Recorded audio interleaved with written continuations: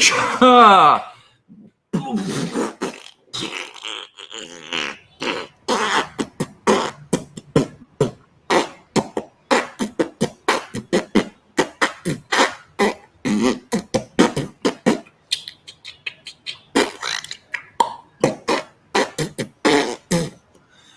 very early, isn't it? Early there, early here, early doors, shaka boom. Here we are. Sorry I'm early.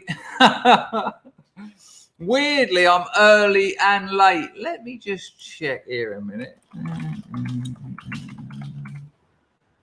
Okay, so it's nearly 8:15 in the morning. Is that a hate crime? So interesting topic. Why is StreamYard telling me I've got 20? There's at least my little opening gambit lost 4 viewers. So all the effort I go to get a couple of noobs in here, and then I go, and they're like, nah, we don't need them. Hello, Kajetto. All right, Wolfie. Kajetto again. Bunnings is on the firm. Hello, Emma. Hello, Alan. Hello, Dillich. Dillich has got a coffee. That's what I should have done, a cup of tea. Should have made myself a cup of tea, but instead I got 2 semi-filled bottles of agua. I had no water this morning. It's only just come back on, hence the mess about. It's quite a weird one. You realise how much this is a weird one. This is a... I'll tell you what, Doris. When you can't have tap water, which... I don't drink out here, by the way. I have had periods where I've drunk from the tap because people say, oh, the Japanese put 40 million into making the tap water clean. But when I have had periods of drinking the tap water, I felt a bit ill. And also, when I've got an electric toothbrush, and when you finish using it and put it down, it's not the same in the bathroom here, but upstairs, the thing at the bottom, because all the water drips down it, slowly goes green, which I think is some kind of copper sulfate, which might be all right, perhaps in small amounts, but I'm not sure it should turn your charger green. Hello, Mr. Beret. Vladito is on the firm. Hello, mate. Nice to see you. Flammer Diddler says, morning, Chris and Scrubs. Can't hang around too long. Graph calling. Windows are clean. Housewife's to charm. Well, it ain't all bad, is it, Mr. Diddler? Mr. Diddler didn't go down too well, did it? Well, I've already put a couple of hours into my day's work. I have got work to do afterwards. I've got a meeting later as well. Oh, shit. Oh, no, we're all right. We're all right. Turn off the delay. That's your end. That's your end. Unless you're talking about something else. There shouldn't be any delay. Let me just see where the audio is coming out. Has anyone else got a delay, or do you mean literally the delay? There's no... Unless it was a joke, there's no possible way that microphone is unless that microphone is picking up. No, I can't see it. Andrew French said it'll put hair on your balls. I don't have a lot of hair on my balls, so maybe I'll get back on it. Wolfie says it's 3 hours until high tide. Hello, Al. Good. You working today, Al? It's almost the weekend. Now, you hear that cat? That's big balls. He's honestly got balls that are that big. For a cat, that's massive. And, of course, I've been now feeding him like I did the other one. But check it out. I threw him a bit of meat, and he just looks at me. So scared. Stray cat. I don't think it's got any parents because it's been a whining, scared cat since it was about that big. It was hanging around out here when it was a kitten. And you throw him a bit of food and he won't eat it until you go away. It's quite interesting what psychology that is. I'm like, look, it's there. And he's going, wow, wow. But then I go away, but I can see him through the windows and he'll lick it a few times. Then he'll do all that cat thing they do.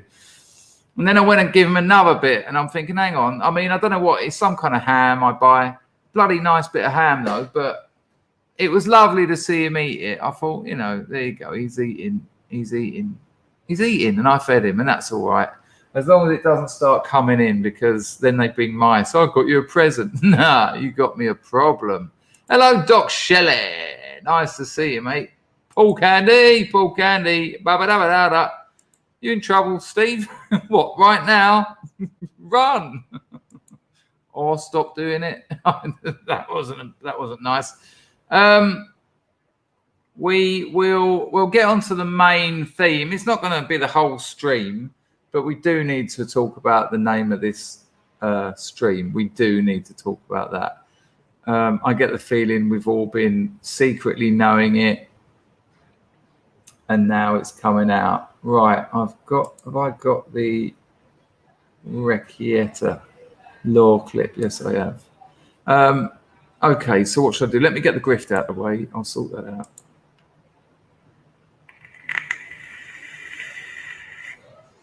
I'm desperate to talk about the Rittenhouse trial, but I'll wait till there's 90 people here, because that would tend to be the average. And it is early. I usually stream, 9, half 9, 8:45, so it is a bit early. So, well, there's some other things I can show you. There's a couple of other things we can talk about before we get there. But what a mess! What a mess! And a bit of a black pill, in fairness. But we'll move over that. I spoke to Galileo's tongue, and he was an absolute gentleman, and that's all good. Yeah, so that was very, very kind of him to be a stand-up guy. It's 3:15 in the morning and 9 Celsius. That's a bit chilly, and it's 34 here, which is a little bit hot, but I've got the fan on. White Cat Ladders. I don't even know what that is. Is it a band?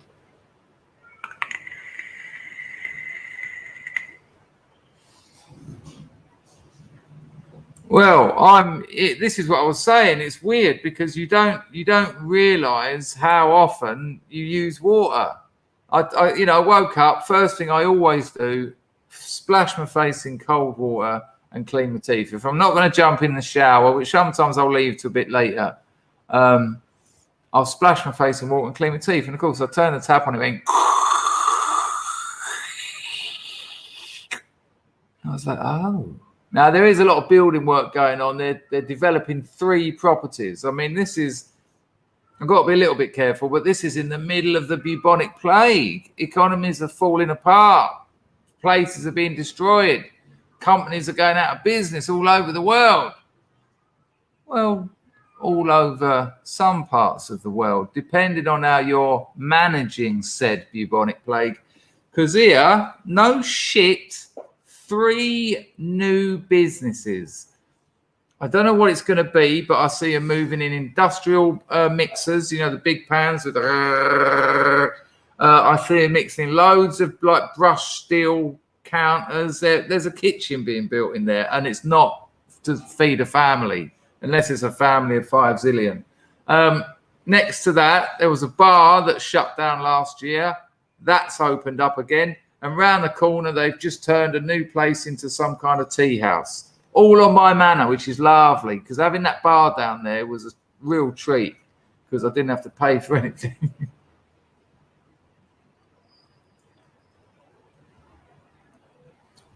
And also, it's a nice little bar.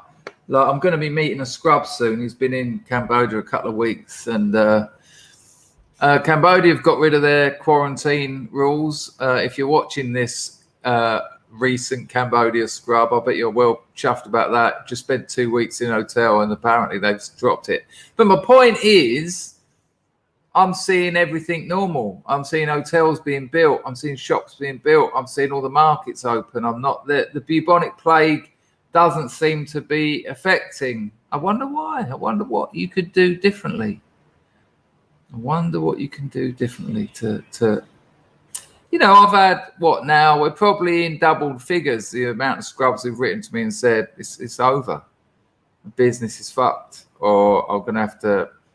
I might have to go bankrupt, or I can't pay my mortgage, or I'm going to lose my job. And some of them are because they're not taking the choice they've been given. Oh, right, that sounds likely, and it's terrifying. In the last week, I've had half a dozen scrubs write to me with alcohol problems, 3 of them long-term alcohol problems, alcoholics for lack of a better word, and a couple of them have just found themselves to be drinking every day, and they've just realized that they weren't doing that a year ago. And this is just a little subsection. We're just a slither, a wonderful slither, the glorious House of Scrubs slither. But, you've heard me say before, alcohol has wrecked Europe, absolutely wrecked it. We talk about the drug war and the drug problems. I've been around junkies most of my adult life, and most of my dead friends are through alcohol. But heroin will kill you. Very hard to overdose on heroin, very hard. Drink, and then it's very easy, but then it goes down as a smack death because that's better for society. But the mythologizing around alcohol, the mythologizing around the advertising, it's a cold winter's day in the Highlands, and after taking that accent is from, I like to sit down by the fire and drink a nice dram of whiskey. Little wood fire there.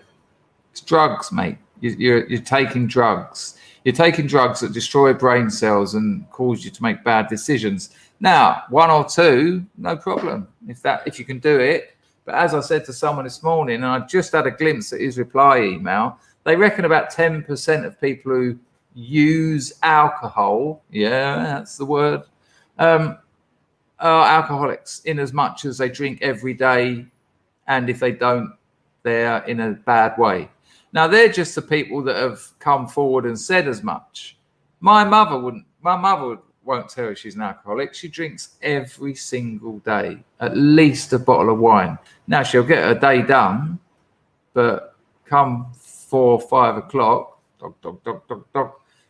How many millions of people in Europe are drinking every day and don't consider it a problem? Give me a 1 in the chat if you drink every day. And this isn't a judgment. Good Lord.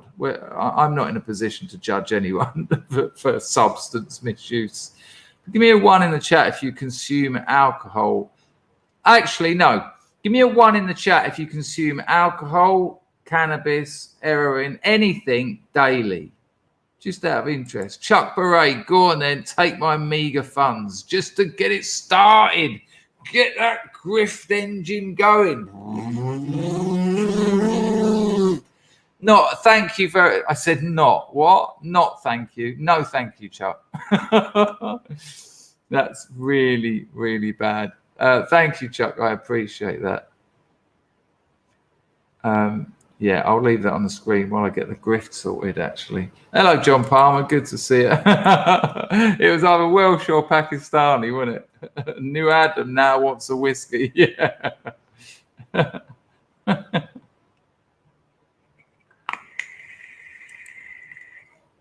Did a bottle last night. Chuck Beret, I was one of those that you helped. Oh, Lord. Well, I don't like to, obviously, for obvious reasons, I don't say who. And the scrubs who wrote to me with alcohol problems are... No, you write to anyone wants to talk to me about... I can't necessarily help, but I can engage with you if you haven't got anyone else to talk to. So, nice one, Chuck. That's appreciated. Shush, we're trying to write a feline pregnancy blues song here. Sorry, mate. Sorry. I'll leave you to it. I'll step back. So that's a lot. Fuck me. Okay, that's a lot of ones. Okay, and this is what I'm talking about. Yes, Mark. This is for me the strange thing about the beatniks. I know that the beatniks are kind of looked down on in the degenerates.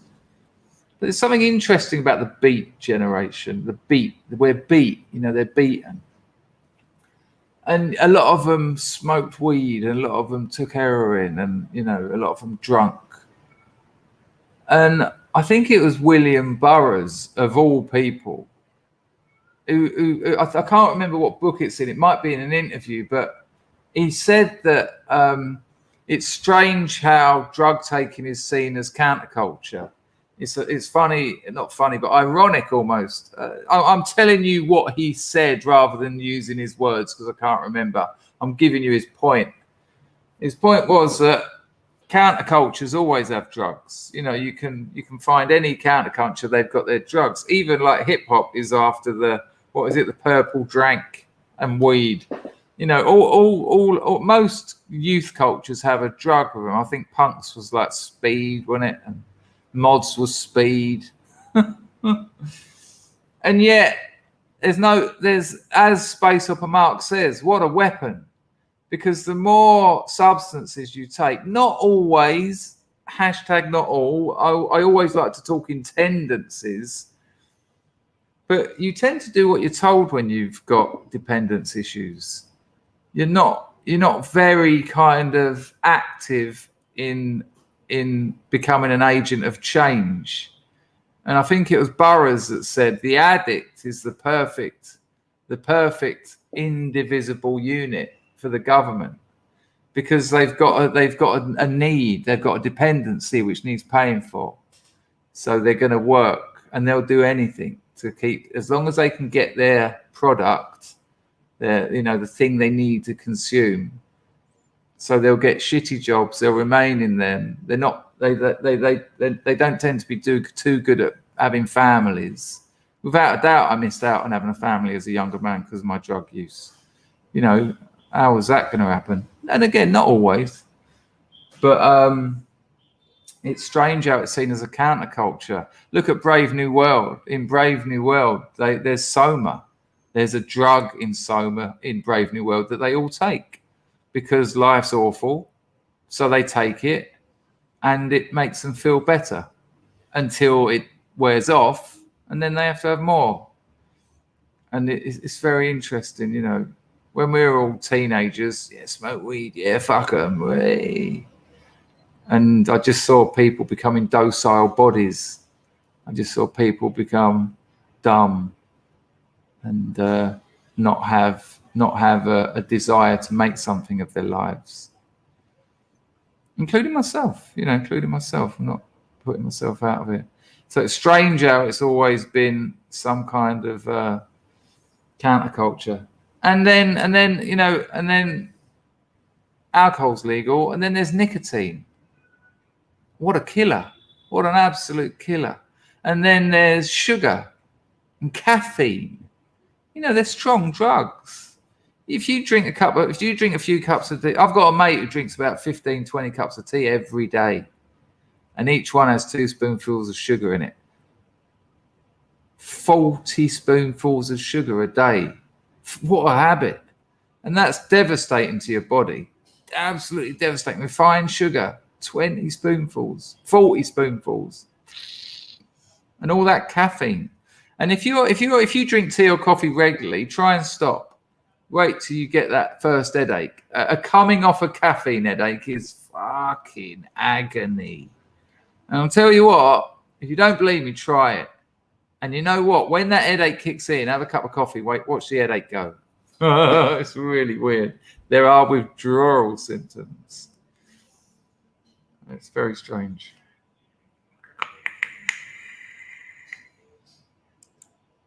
What's his name? Alan Partridge has had a Toblerone habit.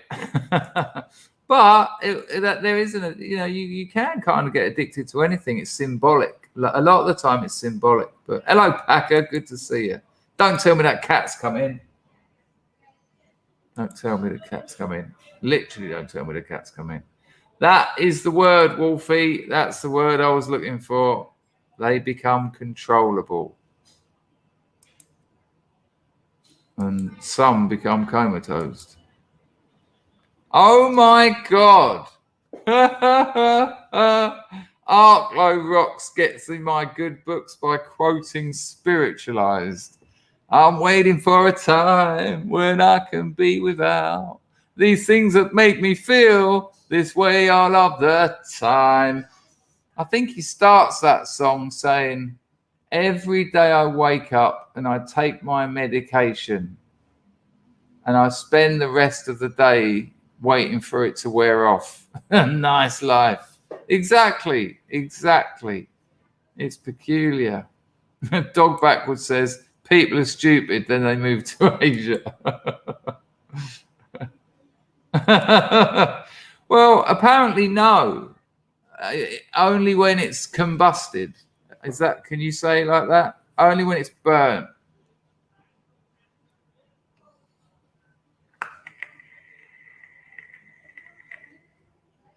Well, Kajetal, my doctor said to me, my opium smoking friend, he said that nicotine is what was the words he used? A largely what was the words he used?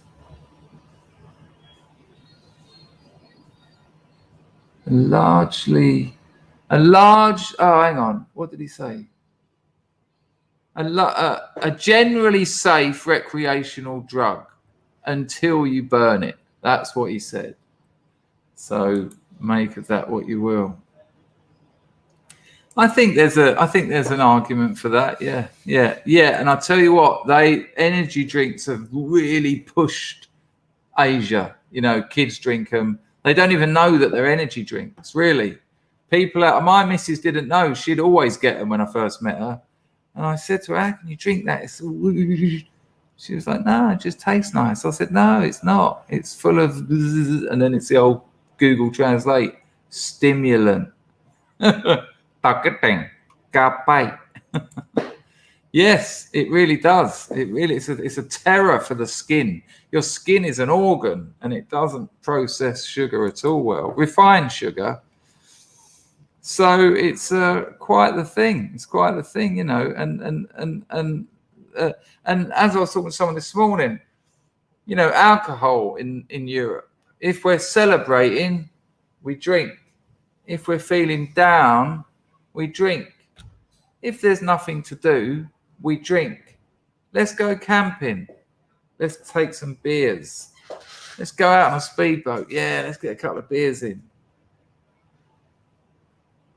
It's quite the thing, isn't it? It's quite a thing. And there's a great bit in Nelson Algren's. We will get onto the theme of this video in a bit. I'm just waiting for a few more people to rock up. 85 is good at this time of day, though. I haven't even done the grift yet. Let me sort that out. Chuck Berry is the only person to donate. I tell you, you grease the cogs of this engine of truth. It works better. Right.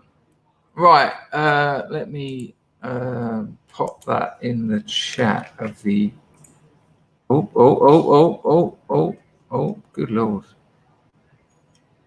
Let me just pin that. Pin up. That would appear to have worked. Doesn't look like it, though. Can someone confirm that the entropy link is at the top of the YouTube chat, please? Because on my one... Oh, no, it's done it now. So I'll make this very quick. All right, there, you can support this channel by becoming a member. The members get private streams. The higher up the strata you go, the more private streams you get to see. That's basically it. The bottom one's only £1 a month, so that's an option. The other one is Super Chat. That's a $sign at the bottom of the chat over there. Alternatively, Entropy. Entropy is brilliant if you don't want to give Susan or YouTube any money at all. And the Entropy link is up there. And I do my best to put Entropy comments on the screen like the Super Chat, so that's fair. You can also use SubscribeStar. You can do one-offs on there, but you can also set up like a monthly thing. So like £2 a month. Come on. I don't expect to get rich out of this luck, but I do expect to get a few donations because I put a lot of time, energy, passion, and thought into it. And when the girlfriend ain't here, I'll stream twice a day. And when she's here, I'll stream once a day. Just lately, I've been doing 5 or 6 hours a day. So, yeah, there you go. And it needs to be said, you are a very generous bunch. And over a month, I'm happy with it. If I didn't get the donations, I wouldn't be able to justify spending so much time streaming because I'd be spending that time working and making money. So that's very kind of you, and it works out nicely. There you go. I'll put the Entropy link. I've already done it. Right, there you go. Where now? But they're so big. I see. What's his name? The BMXer. He's sponsored by him, and he gets out that massive tin of Monster Energy drink. I just think, just eat food and have energy. Surely to God, you don't need all that. It terrifies me. But that's just something I think you learn that when you get older, you know. If I could say, of all the advice I'll give to young people, one of them would be look after your teeth, really. There's no need to have rotten teeth. That's the fella. Good call, Otto. How are you, mate?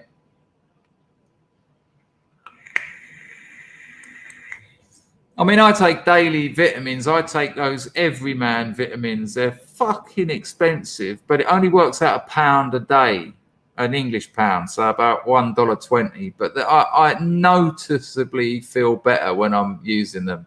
I'm out at the moment because I have to get them from England, so I'm waiting for a parcel to come over. But yeah, they're made out of I nearly said fertilized. Then fermented food. They're very good. So there's that. Paul Candy says, in Chiapas, Mexico, Coca-Cola is the same price as drinking water. They even use it in shaman rituals. Most of the city drink only Coke instead of water. Shocking. I've got friends who don't drink any water. None. And it makes me scared. If I go an hour without at least half a pint of water, I just am like, nah, man, you've got to get water in. There's so much water coming out of you. When I went to the Stapleford Centre to get my morphine prescription, nice, they got all struck off. I've told you the story. Hugh Kindness, he said to me, how much water do you think those Americans in those armoured vehicles in Afghanistan, military directive, have to drink a day? I was like, litre? He went, keep going. I was like, 4 litres. He went, keep going. I was like, 10. He went, keep going. And it was something like 25 litres each a day.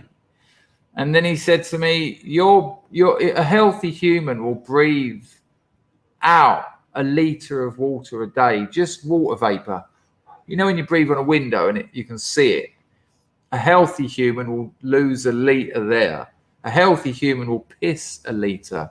A healthy human will sweat something like 2 litres before you can see it. So, like, look at that little bit of dampness there. I mean, it's hardly dripping off me, but before someone says, God, you're sweating. Now, if you haven't got the water going in, it can't come out. And water is part of your body's way of eliminating toxins and horrible shit that needs to come out.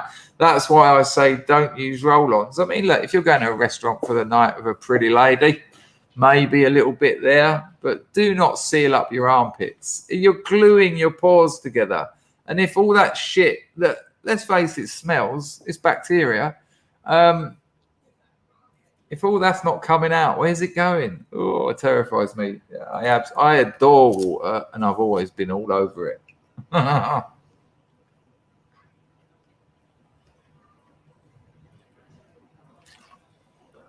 If anything, I have to stop myself drinking too much because you can drink too much.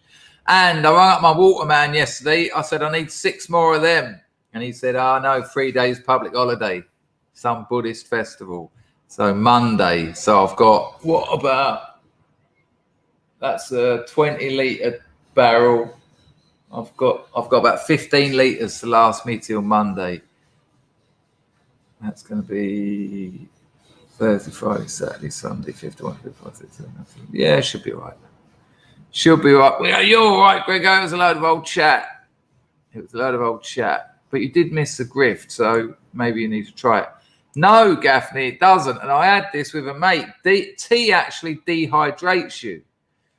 Because people have been saying to me, yeah, but I do drink 10 cups of tea a day. Yeah, but caffeine is not good for you. Anyway, there you go.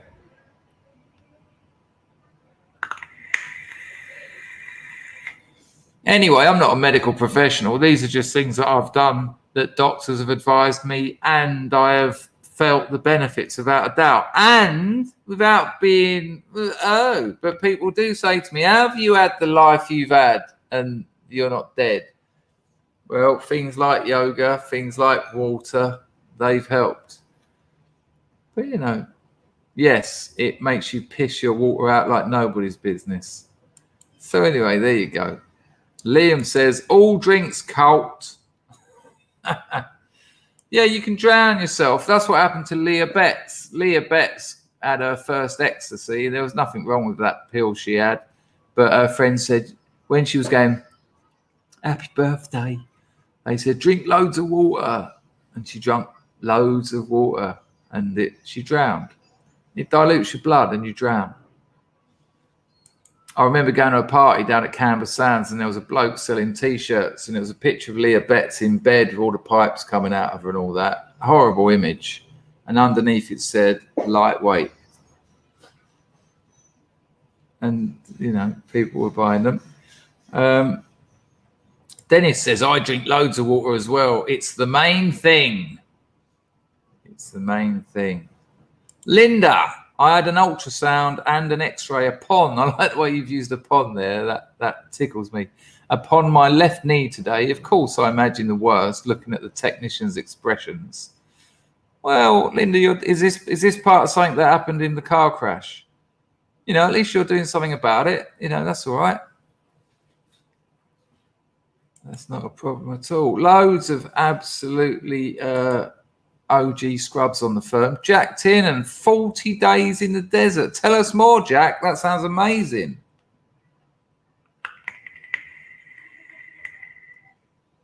Oh, good Lord. Gaffney was on the Powerade. It made his ankles swell up. I sleep with my feet raised. I have a, it's my missus. I don't know what she must think. I'm about 100 years old. But I have 4 pillows. 1, then 2, no, 5. 1, then 2, then 3, so that my legs go up at an angle. And I had some really weird shit happening with my feet. I think years of shooting into my groin has damaged and all over my legs. But once I'd done that, I had loads of red sort of blotching appearing on my feet that you see on old people. And I thought, I ain't having that. There's a way around this. Talked to my doctor friend. He said, sleep with your legs raised. 2 weeks, all those blotches gone. It was like all my thread veins were showing up and it looked like an old person's foot. And now, bloody lovely, bloody perfect. Should we do it again?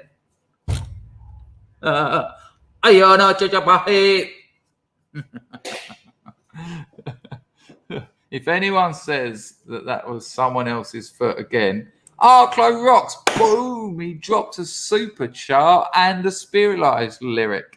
As a son of Arklow, it is high time I got in on the grift, my good man. Mr. Tracy put me on to you about 5 years ago, and I've dipped in and out ever since. Yeah, he sorted me out. He turned my channel into a channel. He told me how to make a channel, told me how to do it, and then give me 2,000 subscribers by putting one of my videos on his channel. And I've become good friends with him. I'll get him on again soon. He came on a while back, and I'm sure that I can get him on again because he's a nice bloke and we have good chats. Last time he came on, we could have talked all night, but there comes a time when you've got to do other things. But you might get you might get 2.5, 3 hours out of me. It depends what happens at work. I worked my ass off yesterday. Done well, though. I have to say, I don't like to mix business with the stream simply because, as I always say, the business involves other people. But I had to do some marketing yesterday, and when it goes well, you're like, thank you, Arklow Rocks. That's very, very kind of you. Flammadiddlers make boiled to death in a nightclub on ecstasy. Good Lord. Good Lord. I don't even know how that happens. I have heard of that before. Oh, okay, Jack. You haven't. I thought you'd been out with a Bedouin or something. Well, it isn't. I know you're not being very serious, but it isn't, because all it is practice. I've been stretching for most of my life, so it's no dramas to do it. Chuck Berry had 40 years on a council estate.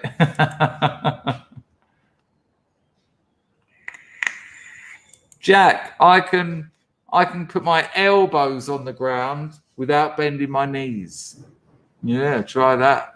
That's quite a good one. And there's a real risk to it, because obviously I can put my flat hands on the ground. That's just no effort.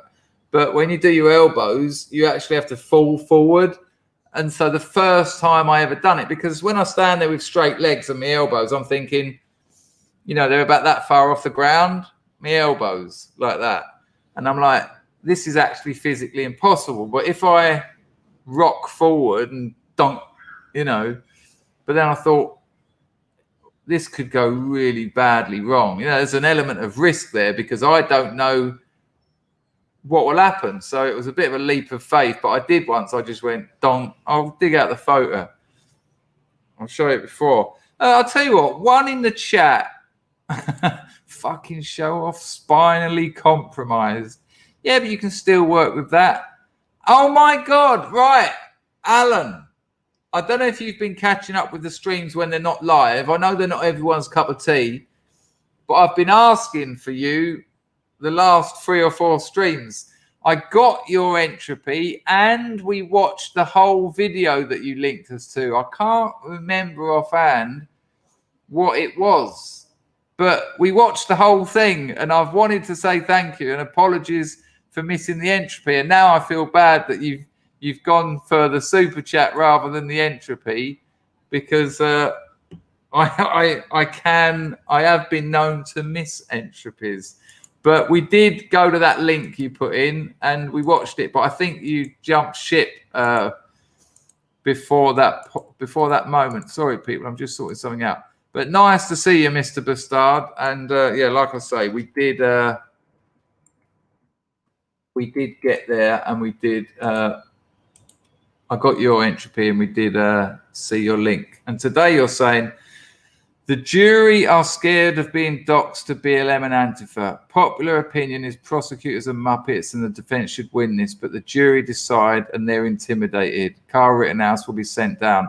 Yeah, I'm going to get onto that. There's enough people in now, so I think I'll get onto the what I've got to say, and we'll get into a conversation about that.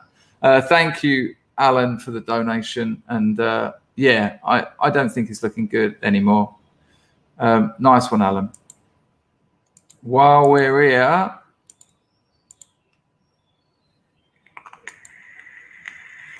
Colin of Kent. Colin of Kent. Nice one, Colin. He says, did you see the Asian guys in court who run the car lot? Obviously lying through their teeth. Over $2 million of burnt out cars, and they say they didn't ask for protection.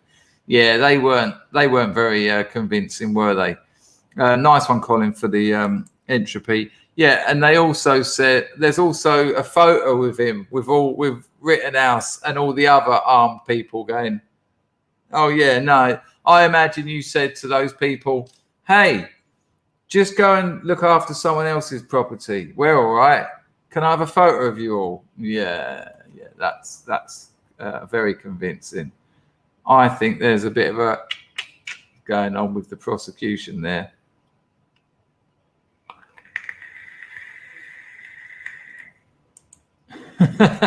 Hello, Mike. How are you?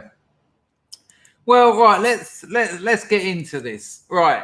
So, at the start of the trial, the judge was a funny old man, and we all thought, this is all right. He's a bit funny. He's not like some headstrong. And he made a joke about Asian food. He had an applause for veterans, and we all thought, yeah, he's a patriot. He's incompetent. He's threatened the prosecution multiple times for lying and for cheating. Binger's got history of cheating, and the judge knows it. The judge knows that Binger is a prosecution attorney who's done loads of trials. He will have known of him. Binger lives in Kenosha with a judge, by the way, with a judge. He lives with a judge. You know, he shat all over Rittenhouse's Fifth Amendment rights to silence twice. And when he done it the first time, the judge says, you are treading a fine line here. And then he done it again. Well, if you're treading a fine line the first time, the second time, that's a mistrial with prejudice. The difference between a mistrial and a mistrial with prejudice, if it's a mistrial, you do the trial again. Mistrial with prejudice is Kyle Rittenhouse walks. Nothing. He just shouted at him, "Don't get brazen with me." Well, that's all very well, but the jury has now heard those things. And you can say to them, don't take that into account. But how do you actively forget something? Don't think of an elephant. It's that one. And as the trial has progressed, now look, I'm no legal expert. You might have guessed that. Give me 1 second, sorry. I'm no legal expert, but when I watch Rekieta Law, or Rekieta Law, however you want to say it, I do get the benefit of 7 or 8, sometimes 9 and 10 legal experts, including a bloke who's got 10 years experience of only doing self-defense cases. And when you watch Rekieta Law, you see them. And I don't think the defense is up to the job. I think they've been awful. I think they've been absolutely awful. And now, yesterday morning, I was all excited. There's a motion for a mistrial with prejudice. They've put it in, motion for mistrial with prejudice. The prosecution withheld evidence they knew they had. They showed a different version of the video so that they could enhance it. And enhancing means add to it. Apparently, even in the software manual for that particular bit of software, it says that this isn't to be used in a court of law, or words to that effect. That's it. Fuck it. This is mistrial with prejudice. You've cheated. You've lied. You've withheld evidence. Oh, but no, just the bumbling, fumbling judge going, I don't really know much about this. And he's knackered. He's got some kind of cold, coof, and he's just terrible. But I'm guessing a lot of you here have watched the trial. Have you seen the defense get any passion? Have you seen the defense stand up and say, "Judge, this is ridiculous. He stamped over Rittenhouse's Fifth Amendment. He's done it twice now. You said he was on a fine line, treading a fine line, and he's done it again." Seen any of that? Did you see them objecting to things at all? I think I've seen them object twice. Now, there is apparently, and again, I'm no expert, but they are on Rekieta Law. I've got to learn how to pronounce it. Rekieta. They apparently, if you object too much, it makes the jury think that the prosecution have got something good on the go. So if you try and, it's all right if it's sustained, but if it's overruled, the jury are like, oh, why do the defense keep objecting to this information? This is obviously quite bad for Rittenhouse. But I just don't think they're good enough. These people are earning millions of dollars for this. And when you see 9 defense and prosecution attorneys, professional lawyers, attorneys, solicitors, Lord knows what the difference is, watching this live and going, come on, say something. And all of them are saying that. And then yesterday, the defense said, "Judge, we're putting in a motion for mistrial." And the whole world was waiting for him to say, "with prejudice." No, just a mistrial, which means it all gets tried again. Where are you going to get your jury from now? Where are you going to get a jury from who hasn't seen all of the stuff in the papers, all of that kind of stuff? And I think we've all, because the people who watch this channel, I have a fair idea of your politics. I imagine nearly all of us, I'd say probably all of us, want Rittenhouse to walk because it's a blatant case of self-defense that shouldn't have even gone to court. It's gone to court because of politics. This trial is about politics. There's now people outside the court fighting each other. BLM are looming, the National Guard have turned up in Kenosha, and the jury are terrified. And people have said the nephew of George Floyd said he will dox the jury, and that they've got children to think about. They've got jobs to think about. Do they feel safe? Will they be taken out the back of the court and driven off in a blacked out window van and distributed? You know, I think it's time we agreed that, look, here's the chance. And again, I got this from Recchietta Law. Here's the chance, because the judge did acknowledge the motion for a mistrial with prejudice. He acknowledged it. He also said to Binger, he also said to him, your day of reckoning will come. He said that. There's a day of reckoning. If the jury come back and don't acquit Rittenhouse, the judge can then go back and do the motion for mistrial with prejudice. He can do that. Do you think he's going to do that in this political climate? Everyone knows his face. Everyone knows his name.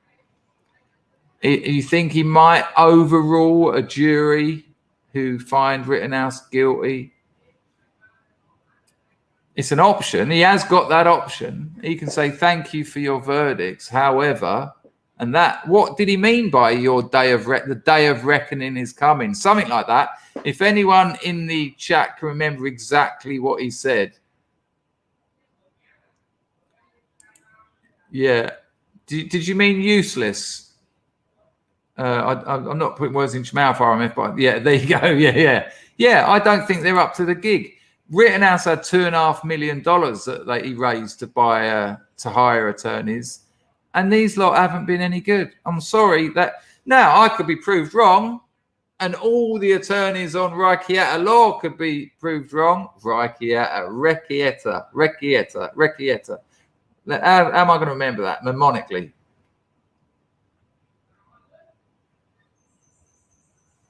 Right, I think I've got something.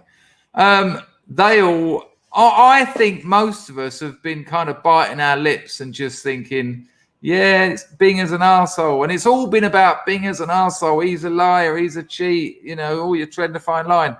But look, yesterday, an RMF just said it then. Nice one, Alan. Sorry about missing it, mate. But we did watch your video and it was excellent. We watched the whole thing. I think it's time we just said that Rittenhouse hasn't had the best defense. They haven't been great. We'll watch a little bit from Recchietta Law now. And, you'll see a little bit and you'll hear what in this one. There's 1, 2, 3, 4, 5, 6, 7. There's 8 practicing attorneys, legal beagles, I like to call them. And they've been working in this game for years. And one of them has had 10 years solely doing self-defense cases. And he's all like, they're not very good. Hello, Anglo-Saxon. Good to see you. Hello, Brander's whistling butt plug. Maybe Rittenhouse gets acquitted. And then I'm like, oh, okay. Albert, yeah, we're going to look at that in a minute, mate. We're gonna get Salty Cracker to fill us in on that. Maybe he gets acquitted and we're like, so the defense did know what they're doing. But when I hear 10 legal people on Recchietta Law saying, what are they doing? This is terrible. I tend to think otherwise. So we'll have a look at a little bit of it. I was a bit late because I was trying to find the right bit and I'm not sure if I found the right bit, but let's have a look. Let me know that you've got audio, please. It's a little bit quiet because it is a little bit quiet. Been conceded that we didn't. Just to let you know, it cuts out a bit because the court internet is no good. There you go. Thank you, Rakita. There you go, Rakita. It does drop out a little bit because the internet in the court isn't good. But they're discussing the bit where they're saying that Binger withheld high definition footage of the bit where they say Rittenhouse pointed the gun at one of the pedos, murderers, wife beaters. I mean, as Salty Cracker keeps saying, Rittenhouse fired a few bullets randomly, you could say, into a crowd of BLM and Antifa. How strange that one of them's a wife beater, one's a pedo, one's a murderer, and another one's got a previous as long as your arm. I mean, that tells you something about the quality of people who go out to protest these things. Can you believe that? I mean, if you went out into any group of people and just picked 4 at random, how strange that they're all wife beating, kid fucking thieves. It's just like, wow. So the prosecution, and don't forget, it's not the prosecution's job to lock Rittenhouse up. That isn't what the state prosecutor's job is. The state prosecutor's job is to find the truth. And that's really important. The state prosecution isn't there to put people away. It's there to find the truth. So when they withhold high definition video that exonerates Rittenhouse in that bit of evidence, choose to use a bit that's lower definition and then enhance it, which gives the impression he's got his gun up, that's an out and out mistrial with prejudice. You withheld evidence and you fucked over his Fifth Amendment rights. This is over, but apparently not. And then they ask for a mistrial without prejudice. What? Why? Do you care about that teenager sitting next to you? Oh, come on. We would have done this case in a little bit different manner if that was. So if you don't know how Rakita law works, down the side there they all are. 1, 2, 3, 4, 5, 6, 7, 8. And this geezer is brilliant. His name is lawofselfdefense.com.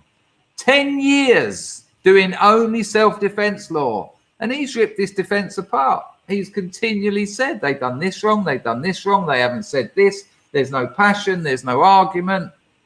Just lazy, just not interested. The situation where we didn't have specific, I don't want to say we didn't have the evidence because I don't think that's a fair way to say it, but we didn't have No, you didn't have the evidence. Quality of evidence that the state had until the case had been closed.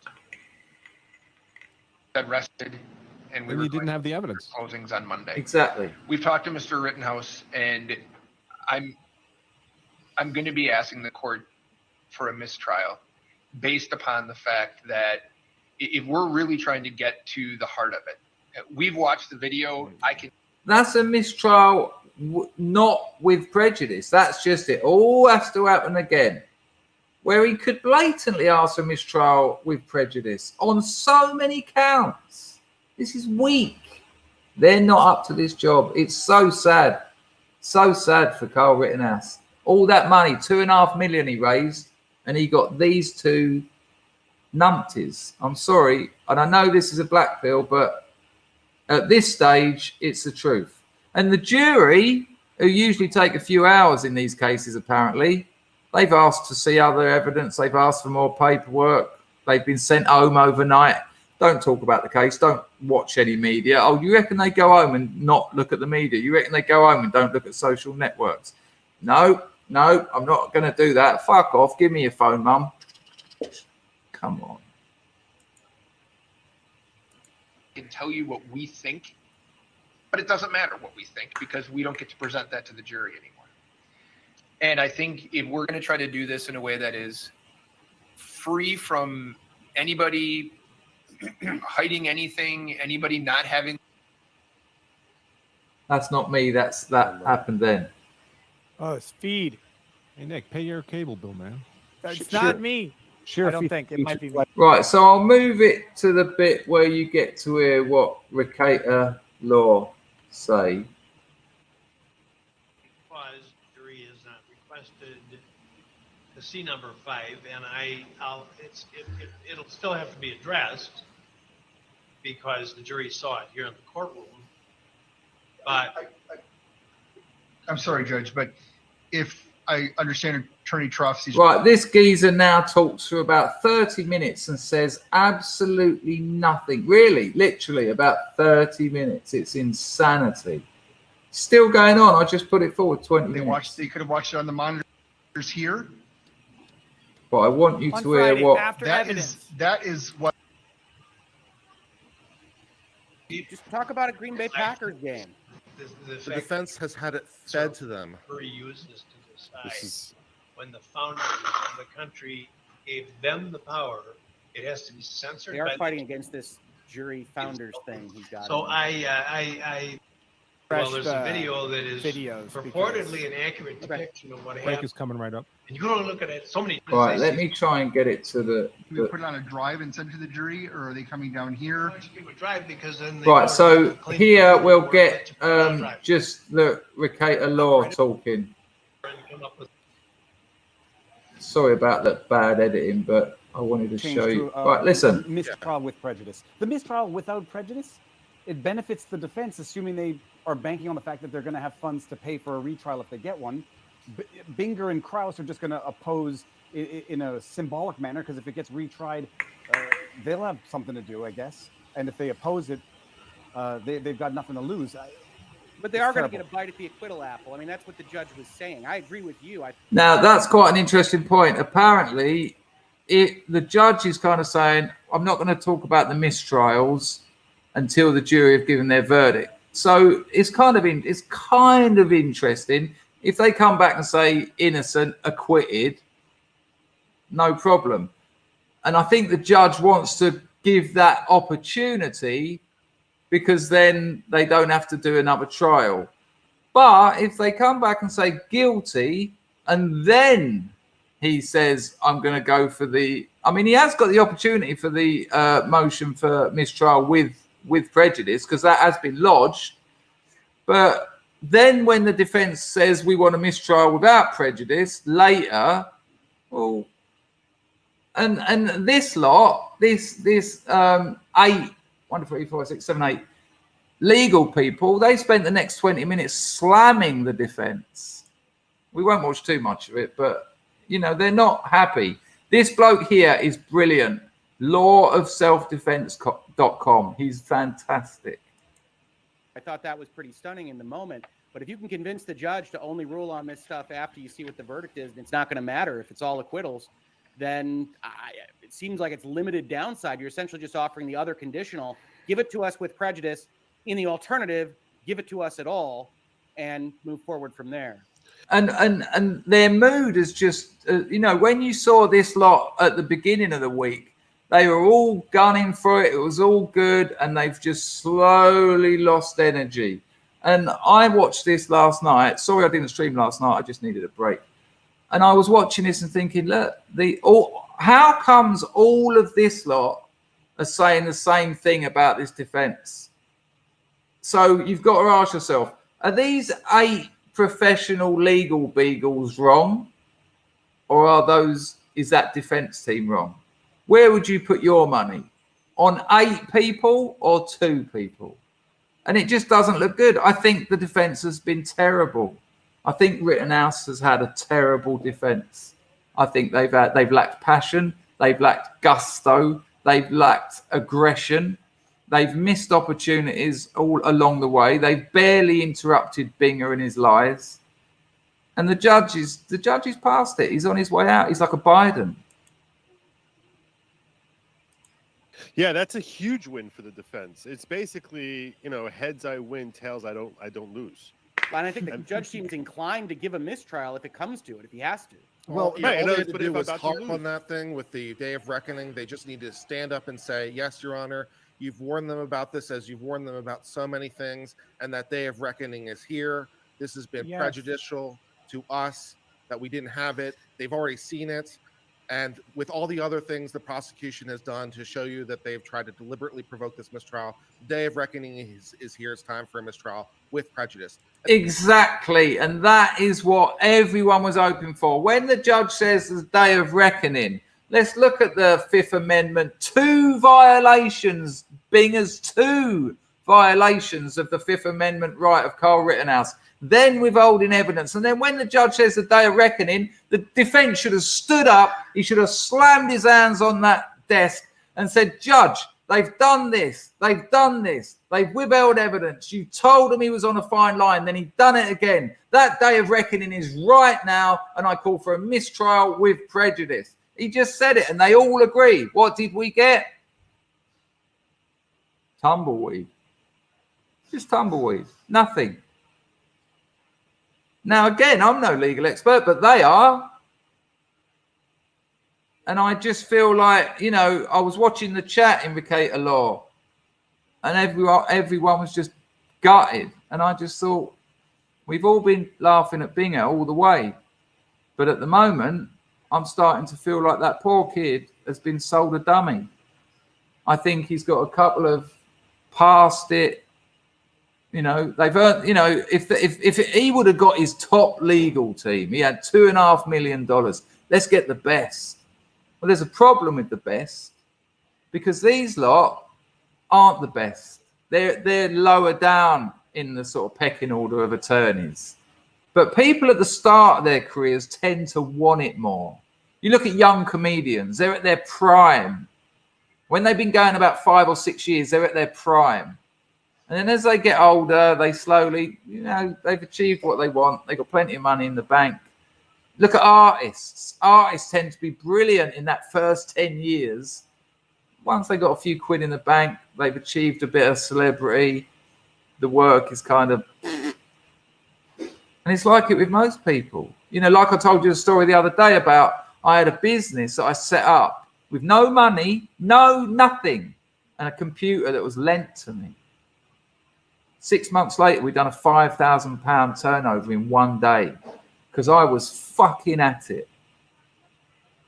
8 years later, I get a phone call from my staff. Mate, we're only turning 200 a day. And I had to fire the staff because I couldn't afford to pay them. The business nearly folded because you know, once you get over that initial thing, and I think these top attorneys that Rittenhouse got, they've made their names, they've made their money, they've got 3 houses spread over America, they own a lake somewhere with a nice little house on it. Their kids are at Yale, and they haven't got the motivation. And it's a sad thing, but I just watched it yesterday, and I had a good think about it, and I thought, no one's really talking about this, you know. Rittenhouse might get acquitted. Maybe I'm wrong. Maybe he won't get acquitted and there will be a mistrial with prejudice, but he hasn't had a good defense. He has not had a good defense. And then I don't disagree with you necessarily, but we're talking about strategy here, right? And I don't necessarily disagree with you. Their strategy is clearly more passive. This judge is hemming and hawing. Maybe it's worth running down that verdict and allowing that and seeing what happens. Problem is, there is some I mean, can you hear them all just huffing and puffing? The frustration is obvious. risk in that, though. But because big risk. And I missed this a little bit. Oh, this just a judge second. is not likely to is going to be a lot less likely to grant a mistrial if there's convictions. Exactly. What the judge is really saying is, if there's acquittals, I'm off the hook. If there's convictions, is he really going to step up to the plate then? I don't see it. Yeah, I not don't with see it this either. level of cowardice. And that's It's hard. Oh, sorry. it's There you go. Look, you can unbelievable tell. that this is what's going on. He said it. They're all huffing and puffing. They're dejected. They're gutted. And he just said, "I'll just take it back. It's unbelievable. This is going on." And that's hard. Oh, sorry. it's unbelievable that this is what's going on. Who's displayed more cowardice, the defense counsel or the judge? Because The defense defense counsel can't counsel. ask for it. Stand The crowd defense counsel there. can't ask for it. The judge can't grant it. Like it's like we're just looking at a rule. If the defense don't ask for it, the judge can't grant it, and they haven't asked for it. full of And, betas well, between The judge all keeps 5 of them. the judge keeps Setting aside- dangling the carrot. He's like, no, the jury's already seen it. No, this has already happened. And that's when you stand up and say, yes, Your Honor, that's why we need a mistrial. They did this. It prejudices my client. There's no remedy for this. Them getting another bite at the apple is not fair because they've done this intentionally. They're talking about how they've known about this video because they are alleging that we've known about this video. But guess what, Your Honor? We didn't introduce this video into evidence. They never asked us for it. They didn't inquire. You asked him directly, Your Honor, if he inquired with Fox whether they had this at the Tucker Carlson show, and he equivocated. He didn't answer the question. He didn't answer the question because he didn't ask. He didn't do his due diligence. He didn't do his job, and this is their evidence that they're trying to put in. Your Honor, mistrial and it's not prejudice. The issue about him not asking for mistrial without prejudice, with prejudice, I'm sorry, that would be the heads I win, tails you lose. Ask for it with prejudice. If the judge is inclined, he'll give it to you without prejudice. At worst, maybe I give it to you with completely prejudice. agree with that. That it's all. There you go. You get the idea. So, what a shame. What a shame. When I saw all that money he raised, I just thought, amazing. Get a great legal team. And you know what, Dennis? You're right. You're absolutely right. Bingham has worked it. He realised we've all taken the piss out of him, and why wouldn't we? But he's realised the judge was weak. He realised he can just keep treading on his toes. He realised he could keep stretching the law. He went over it once. He'd done something you're not allowed to do. And the judge went, give him a little slap on the wrists. And so he done it again to the jury. He told them things you're not allowed to tell them. What happened the second time? Don't get brazen with me. Oh, I'm sure that'll be when Rittenhouse is rotting in a cell somewhere. He'll think, well, at least the judge told him not to get brazen. And I just thought that we had to acknowledge this. Dangerfield, your case is a house of cards, and if this goes wrong, there will be a day of reckoning, and it's going to be messy. I'm not quite understand what you're saying there, mate. That's probably me wrote more than you, though, but I'm not sure. You know, I just think they've been terrible. The defense has been terrible, and Dennis just said it. Skin scar. Where's the passion with the defense? Looks like they're in the swindle. Yeah, there was nothing. No, I saw no passion from them. Even in his summing up. At one point, he raised his hand and went, my client. I thought, oh, ooh. You know, now don't get me wrong. I know that this is real life and it's not. I don't want him to go, you can't handle the truth. Okay. But he's had a terrible defense. And I just have to admit that to myself because, like most people, I didn't want to. And when I watched it yesterday, I just thought, this is bullshit. This is bullshit, and it's very sad. I've got to have a wee. Sorry, people. I've been going an hour, though. Little hour wee.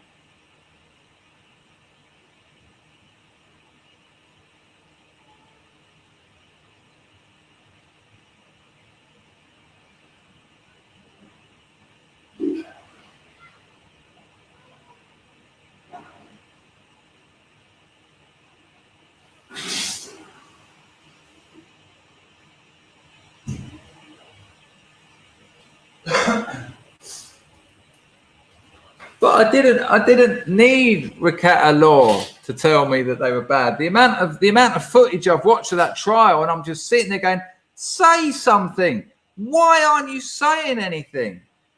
And Dennis has hit the nail on the head today. Bingham has been the best performing attorney in the whole trial. And it's not even his job to put Rittenhouse away. Like I said, it's his job to find the truth, and he hasn't. He will put that boy away. Let's just hope by some weird quirk of I don't know, like some kind of rupture in the space-time continuum, that jury are patriots and they can just say, no, you're free to go. Everyone who didn't attack you is still alive. But that's a fucking dream. Albert says 2 black-pilled Chris. The likely outcomes are 1, hung jury, 2, mistrial, 3, mistrial with prejudice. Yeah, but Albert, I get that, and I think that's a good list. But I think there's a 0 at the start, guilty.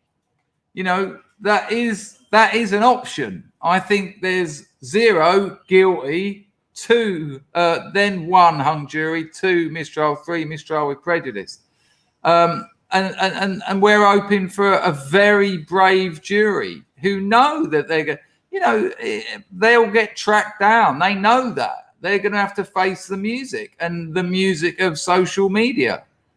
It's a different world we live in. So it's, I think that they are definitely options, but so is guilty. And I don't think we can, at this stage, with the performance of that defense, even his summing up was so boring and weak. You know, why didn't he just say some blatant facts? You know, the one that's been going around the internet. I've said it countless times. Everyone who didn't attack Carl Rittenhouse is alive and has both biceps.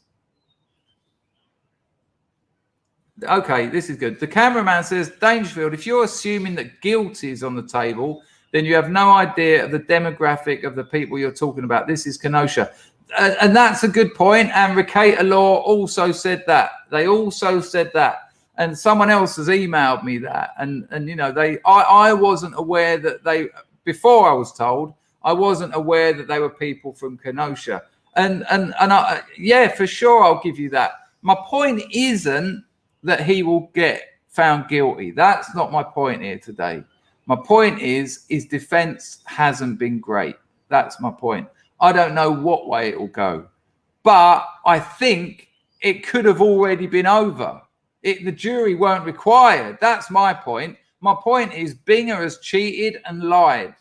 Mistrial with prejudice. That's the point I'm making. And the defense haven't capitalized on that. That's my point. So, yeah, I agree with you. And but it didn't need to even get this far. Ed, like most workers, 90% of lawyers fall short. They're very good at billing. Nice to see you, Ed. Ed, I put that thing. What was it? Shit. Hang on a minute. I put that link you sent me, emerging and frontier markets, because there's some interesting stuff in there about ETFs of emerging markets. Thanks for the donation, Ed. I actually put a tavern. I'm on that, mate. So I don't think I've missed that. And thank you. I have already told the scrubs that I have invested in dollar. The ticker is $MSCI, which gets a mention in that article. And it's largely the Indian tech market. But I also said to him, this is my 10% gamble. Now, while we're on that, we will get back to the case because I want to show you something from Salty Cracker. Thanks, Ed, for that article.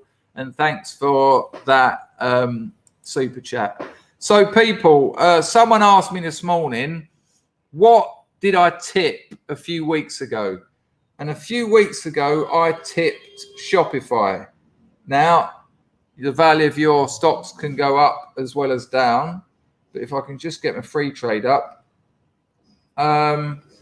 So about a month ago, about 3 weeks ago, I think it was, I said Shopify, it's grown fantastically. They're partnering. Shopify makes, like Squarespace, where you can build your own website. Well, Shopify is the top e-commerce version of that. So if you're going to set up a shop online, most people are using Shopify, and they're making links with loads of other very big, successful internet, I don't know what you call them, apps, whatever. And they're looking to absolutely fly, even though in the last year, they've gone up 75%. So if you put £100 in your ISA last year on Shopify, you've now got £174 tax free. If you'd put £1,000 in last year, you've now got 1,700 tax free. Now, I told you about a month ago, and since then they've gone up just short of 12%. Now, I'm hearing they're still worth a punt. The ticker is $shop. I would ask you to do your due diligence. I'd go to the Motley Fool and see what they say about Shopify as an investment. However, the investments that I've been talking about and that I got Sam on to talk about is indexes, long-term index investments. We looked at the indexes over the last 20 years, adjusted for inflation. Indexes are where you don't put your money on one business. An index, for instance, I put a few quid the other day on the FTSE all world. So the FTSE take the top performing companies in in first world nations. And so that's an index that I'm looking at leaving alone for 10 years. So that their index is your safer bet. But like all things, if Shopify could go up like 500% in the next 3 years, whereas an index you're looking between 5 and 15%. So, but the gamble's bigger because it's one business. Maybe they get themselves in some legal trouble topically. So, I personally would stick to indexes unless you get like a weird bit of magic money, someone dies and leaves you a few quid. But Shopify I tipped and they've already gone up an additional, it's about 11.75% in the last 3 weeks. But do your due diligence, have a look around the internet, see what other people are saying. I'm not an expert on this. This is for entertainment purposes only. I have to say all that. Your investments can go down as well as up. Now, so we know the geezer that got his arm shot out was part of the Kenosha People's Republic of riots or whatever it was. We know that the other geezer was a convicted child rapist. We know the other geezer was a wife beater and a generally unpleasant person. But I've met Max Kaiser. He used to drink at Bar Italia. I'll give you a couple of seconds to feel that. But Max Kaiser was a bit of a shill. When he buy silver. Well, I bought a load and thankfully sold it for what I paid for it, because everything he said, that hasn't materialized, has it? Actually, let's have a look at that silver historical chart. Oh, let's see how that's going. Let's see how Max Kaiser's big silver buy is going. Inflation adjusted. Oh, cool. So if you bought in, what's this, an ounce? Let's have a look at the 10-year chart. Terrible. Max Kaiser was singing all about that in 12 was when Max was talking, and it was $33.48. Today, $22.64. Let me show you the page, and that's good. That's gone up recently. This is adjusted for inflation.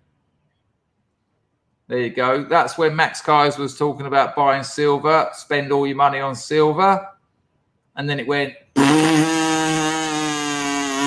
There's been a little bit of an uptick here, but if you bought when Max told you to, yeah, you're still losing.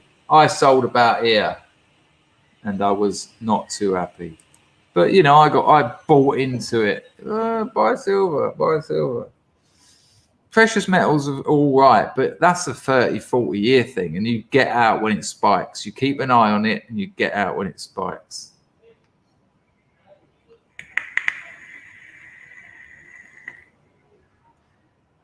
He certainly does have a lot of Bitcoin. Yep, he was in that early. Right. It would appear you're using an ad blocker. Wolfie. Is that Wolfie? Sorry. 25.35 an Oz. I mean, you know, if you've got a few quid, I think you should spread your investments, get a little bit of silver. The problem with buying silver in the UK is you have to pay VAT on it. So you're already 20% down. Oh, here's £1,000. I'll have £1,000 worth of silver. Well, actually, you're getting £900 worth because you have to pay VAT. What? Oh, okay. So I'm 20% down before I've even started. Now, you don't pay VAT on gold in the UK, but gold's expensive. You know, it's amazing on like bullionbypost.uk. 5 grams, there's a picture of it, looks like a bullion. Oh, I'll get that. When your 5 grams of gold comes home, it's about that big. But it's a long investment, precious metals, and you have to keep an eye on it. And when it spikes, sell a lot of it. But gold is very high at the moment, and it's almost certainly going to dip. But there you go. That's precious metals. So so as I said, all the other people, the fella shot. Hang on 1 second. 1 second.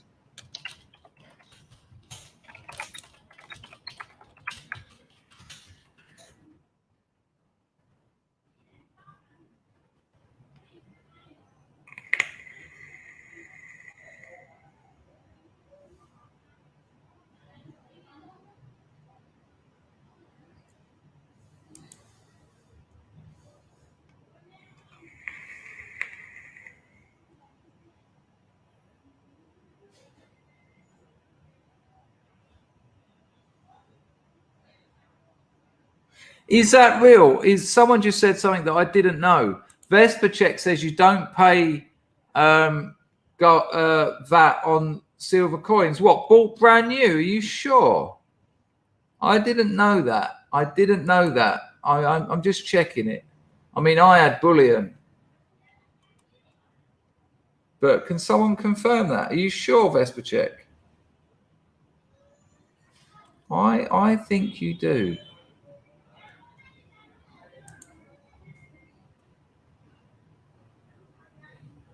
No, you pay 20% VAT on silver coins. Look, I'll show you. I can't see why they're going to do that, because then everyone will just buy coins. There's a silver coin, 1 ounce silver Britannia coin. Tax status, 20% VAT.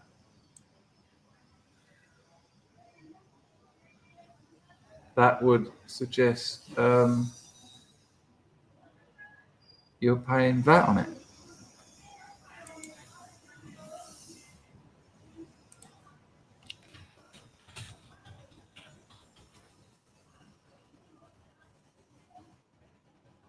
Yeah, you do pay VAT on coins. Platinum's high as well. Yeah, you don't pay VAT on second-hand stuff. No, you don't. But for fuck's sake, the you know, the amount of people who've been ripped off buying second-hand metal on eBay is ridiculous. How do you check it? And then if it's got a lump of lead in the middle of it, that vendor's long gone. You don't pay VAT on second-hand silver. If someone's got a lot of silver and they want to sell it to you, you just give them cash. You don't pay VAT. But if you're investing in silver through someone like Bullion by Post, or there's many of them, you do. That's just it. The government want money off of you, and they're cheeky bastards.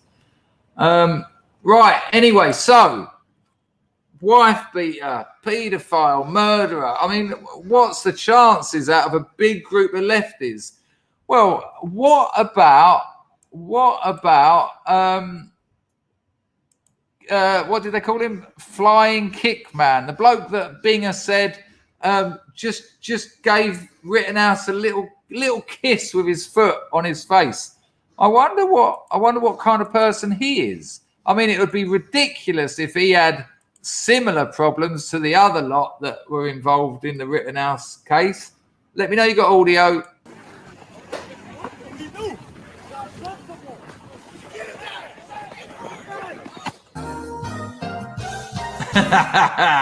Well, lads, As we await Kyle Rittenhouse's jury to make up their fucking mind, it looks like Dan O'Donnell over here has found Kenosha's own Lou We Was Kang's jump kick, man. Ain't to nobody's surprise, the dude's a habitual lawbreaker. Oh.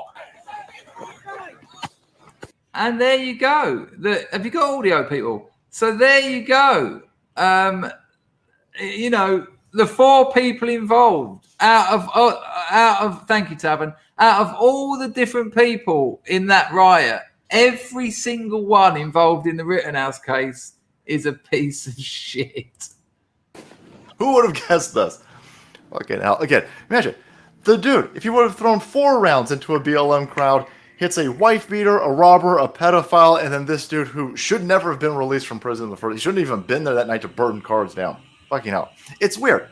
It's almost like BLM and Antifa is taking a page out of the playbook for Mussolini's Italy, Hitler's Nazi Germany, Mao's communist fucking China, Stalin's communist Russia, where you take the prison system and you release all of these meth goofballs into the direction that you want them to go set stuff on fire and have all of these, I don't know, kid fucker mayors allegedly and all of these corrupt city councils and corrupt governors stand down and let these people tear these places apart in a way to tamper with juries for the rest of the time, because that's what's going on here. Everyone's afraid to convict any of these assholes because they think the fucking city is going to catch on fire, because again, that's what these assholes were doing for a year plus. But take a look at this. Dan O'Donnell over here over at News Talk 1130 boys, and they're telling you, look, the jump kick man found him. They're not giving out his name right out now because I guess he hasn't been convicted of a crime of kicking Kyle Rittenhouse in the head. By the way, the prosecution was like, hey, listen. So everyone's going to take a beating every now and then. It doesn't mean you get to fucking kill people in self-defense. No. That's exactly what self-defense is. Oh, the jump kick man only hit you with 1 fucking foot. Okay, what? No, this is fucking insane. The guy, by the way, tried to offer his services to the prosecution in hopes that the prosecution would drop a current DUI that this guy is facing. And the prosecution was like, nah, we better not put you on the stand because of, everything in. Hello, Ian. I hope yesterday went well for you, mate. I know you're going through a bit of drama. It's nice to see you. This article. And so here you go. He's a 40-year-old black dude from Kenosha with an extensive criminal record who at the time of the Rittenhouse shootings was on probation following a conviction for domestic violence battery. Spybot, more people in America die from a beating than they do from guns. That's the mad thing about it. Again, if this dude would have been blasted by Kyle Rittenhouse, that's 2 people who have been, 3, because even Rosenbaum said his girlfriend wouldn't let him into the motel that day because he had beaten her. All of these people are wife beaters, girlfriend beaters. 7. He faced a maximum sentence of 9 months in jail, but less than 2 months before he kicked Rittenhouse, he accepted a plea deal that netted him another 12 months probation. This dude loves getting probed. Right, so I won't be just dining out on cracker stuff, but this fella has got a 10-year previous as long as your arm. In and out of prison, probation, gets out on probation, does another crime, gets back in, more probation. And when it was like, he said that I'll testify as long as you can cut down my probation. It's just ridiculous. Another one. I mean, what are the chances? What are the chances of this? The people he shot, the people who kicked him, the people who hit him with a skateboard, they're all fucking thugs and bastards. It's madness. I mean, good Lord. You know, isn't it? But really, isn't it weird that none of them have been, Joe Bloggs there, a family man who worked at the local foundry, has got 2 kids, one at university and his wife's expecting another. No, none of them. So-and-so's got his own business and a nice family. No, they're all fucking bastards. They're all people who, guess what, want to destroy. They're all communists. They're all just people whose lives are fucked and they want to blame the world for their own bullshit. It's ridiculous. And, you know, Rittenhouse didn't select those people. He didn't go out and go, right, where's all the dastardly people? They all are. All that crowd are. When I was a communist, sorry if you didn't know, that might come as a bit of a bombshell, but most of you do. I would be in a room with 5 or 6 of these communists, right? And sometimes I'd be like, there'd be a bloke talking. This one bloke I'm talking about, he then converted out of the religion of communism to Christianity and said he was John the Baptist. I mean, he had a sane mind. I used to sit in those meetings and I'd think, hang on a minute, you're not sane. They started talking about making bombs, and I was like, yeah, I don't know if this is really what I was up. I didn't sign up for making bombs. And then another one of them was like, right, we're going to do an activism. We're going to go around and super glue all the door locks to McDonald's. And I was like, oh, that's the start of the revolution. People can't buy burgers for 10 minutes until a locksmith arrives. And I just knew they were all freaks and weirdos. And they were. They all had really bad problems, including myself. I hasten to add, luckily I managed to get the fuck away from them.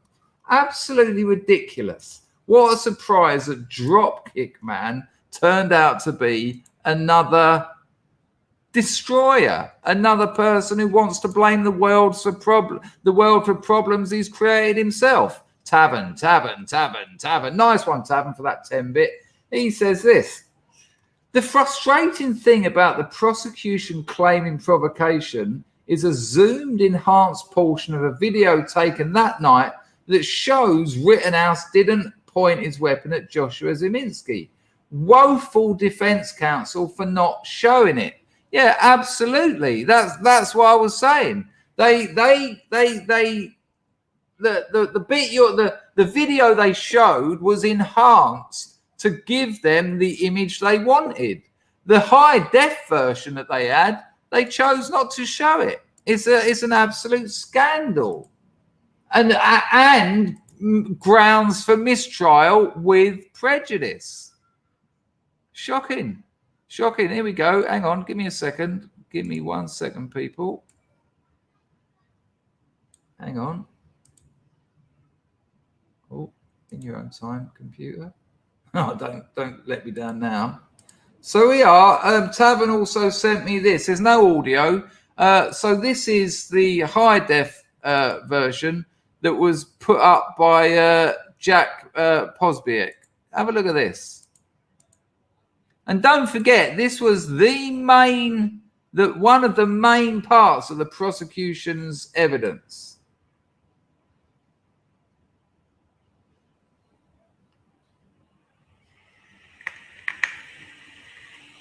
Yeah, that's it. There he is, not pointing his gun at anyone and running away. You want to see it again? There he is, not pointing his gun at anyone and running away. So when they saw that, they were like, yeah, what can we do about this? Because he's clearly not pointing his gun at him. Well, maybe we ditch that bit of evidence and pretend we don't know about it, get the shitty footage, and then pay someone. Don't forget they paid this bloke. Can you enhance that video? Because we think he's pointing his gun at someone, if you know what I mean. And what do you know? When you blow it up, when you enhance it, when you add to it, weirdly, the barrel of a gun appeared. Oh, look at him pointing it. Did you see that video? No pointing. Absolutely terrifying. And again, I'm no legal expert, but when I heard the people on Ricata talk about it, chuck it out. That's grounds for mistrial. And what did the defense do? Mistrial. Oh, let's do it all again. Yeah, let's do it all again. That'll work.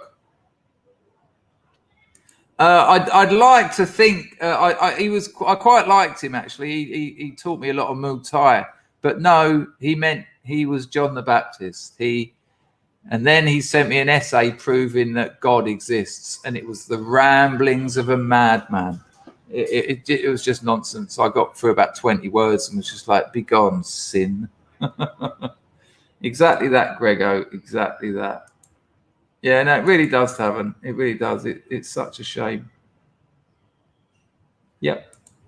Mind blowing. Nice one on the donation, Tavern. Appreciated. Right, what have I got for it? So this is interesting. It's a long video. I'm not going to play all of it, but it's a very good roundup by Tucker. I'll play about 3 minutes of it, but bear with me because it's very relevant from where we are at the moment, and it's a good summary. I know Tucker's not everyone's cup of tea, but it's a very good summary of where America and the legal system is at the moment. Let me know you got audio, please. Good evening and welcome to Tucker Carlson tonight. Just another evening in what has become a pretty high drama country, really. The jury in the Kyle Rittenhouse trial has gone home for the night after many hours of deliberations today. The average jury reaches a verdict in just a few hours, so these jurors are taking much longer than most. But it's probably not because the evidence they have heard is confusing them. In a typical trial, insider trading trial, for example, something complex, an honest observer might be able to see both sides of the case and probably can. But that is not true here, far from it. In fact, it's the opposite. From the very first moments of this trial, it was obvious that Kyle Rittenhouse never should have been indicted in the first place. The key question was, did Kyle Rittenhouse act in self-defense that night in Kenosha? And the answer unequivocally is yes, obviously. It's a no-brainer. It's like the OJ trial. No honest person could reach a different conclusion. Kyle Rittenhouse shot men he believed were trying to kill him. Now, why did Kyle Rittenhouse believe that, you may ask? Well, in one case, the man he shot told him so directly. I plan to kill you. The other two men Kyle Rittenhouse shot, one repeatedly back. I have actually, Albert, but only art criticism. Only art criticism. Bashed him in the head with a skateboard as he lay on the ground, and the other stuck a loaded gun in his face. So Kyle Rittenhouse fought back in order to save his own life. We're not guessing about that. Even the prosecution's witnesses made that point. So once that happened, once Kyle Rittenhouse's life was threatened on the street in Kenosha, what were his options exactly? Well, he could fight back, or he could allow himself to be murdered by the rioters. And allowing himself to be murdered by the rioters is essentially what the prosecution has argued he should have done. Kyle Rittenhouse had a duty to submit to the mob. Well, that's lunacy. And no sane jury could agree with that for a second. So the question is, why is it taking so long for this jury to produce a very obvious verdict? And that is really what this whole thing is about. And we're going to go back to that. Terrifying. You know, it's so obvious. This shouldn't have gone to court. It's a media trial. It's a media stroke political trial. And the jury are terrified, as is the judge. Want the answer? We'll look outside the courtroom. There are hundreds of National Guard troops assembled tonight in Kenosha. Why are they there? Well, they've come in case Kyle Rittenhouse is acquitted. Not in case he's convicted, in case he's acquitted. At which point, if he is acquitted, pretty much everyone expects the usual mobs of Joe Biden voters to burn and loot and destroy. Why does everyone expect this? Because people on the left are openly calling for it. Same as that, Madfield. Now that jury deliberation has begun, I think every city in America should prepare for what could happen if Rittenhouse gets acquitted. It may get rightfully unpleasant. Right, this geezer, Abdul, I mean, thanks for coming and enjoying what the nation has given you. If Rittenhouse gets acquitted, it may get rightfully unpleasant. Now, if you have a look at his name, at Mr. Abdul EDU. Now, on emails, if you've got a .edu email or a .edu website, you're in education. And as soon as I saw that, I knew what Tucker was going to say next about this teacher who says it will get rightfully unpleasant if Rittenhouse gets acquitted. This is a teacher saying if the course of law follows what it should, people should riot. That's a teacher. That's the message from a teacher. And we checked, an actual teacher from the state of Indiana wrote it on Twitter today, and it echoes what many others are saying tonight.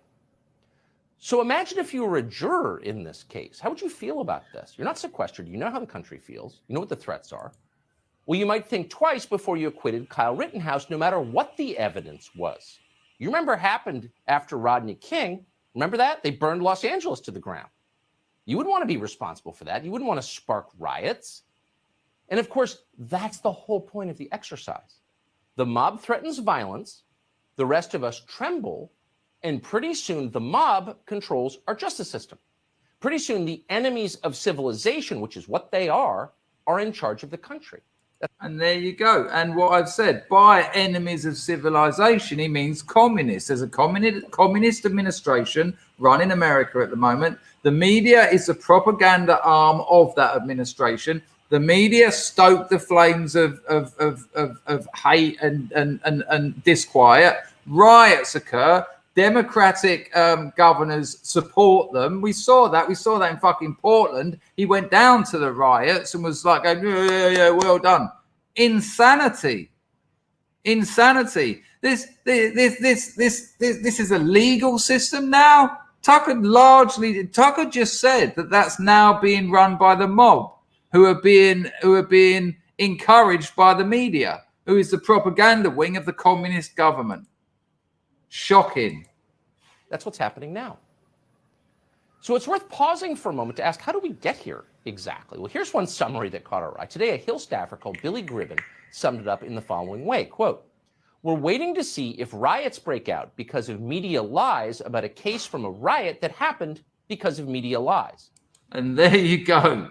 That is the absolute mess. Look at that.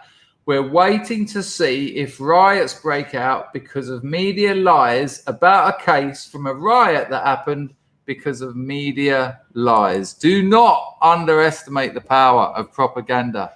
And the flip side of the media's propaganda is the way they're losing control of the narrative. Now, they've lost control of the narrative because YouTube, Rumble, BitChute, all sorts of things. And that's why censorship, which is the flip side of this, has been so massive. This is why YouTube channels showing when the defense started doing well, loads of YouTube channels disappeared, including Recator Law, which had like 70,000 people watching. Oh no, we can't have that. Now, how do you get the narrative back when your propaganda wing? And don't forget, in the Second World War, there was a moment where bomber aircraft, and you can read about this in War and Politics. He's a Marxist, right? In War and Politics by Paul Virilio. There was a moment that changed everything in the Second World War when bomber aircraft had more film equipment loaded onto them than weapons. Just understand what that means. They were loading up more by weight and volume, more filming equipment than weapons. Why? Because it's a more powerful weapon. You can drop bombs. You can drop bombs all day long. You can blow people up, blah, blah, blah, blah, blah.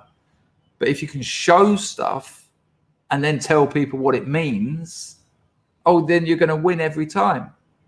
Why would you have military aircraft full of cameras, rolls of film, instead of bombs? Because it's the better weapon.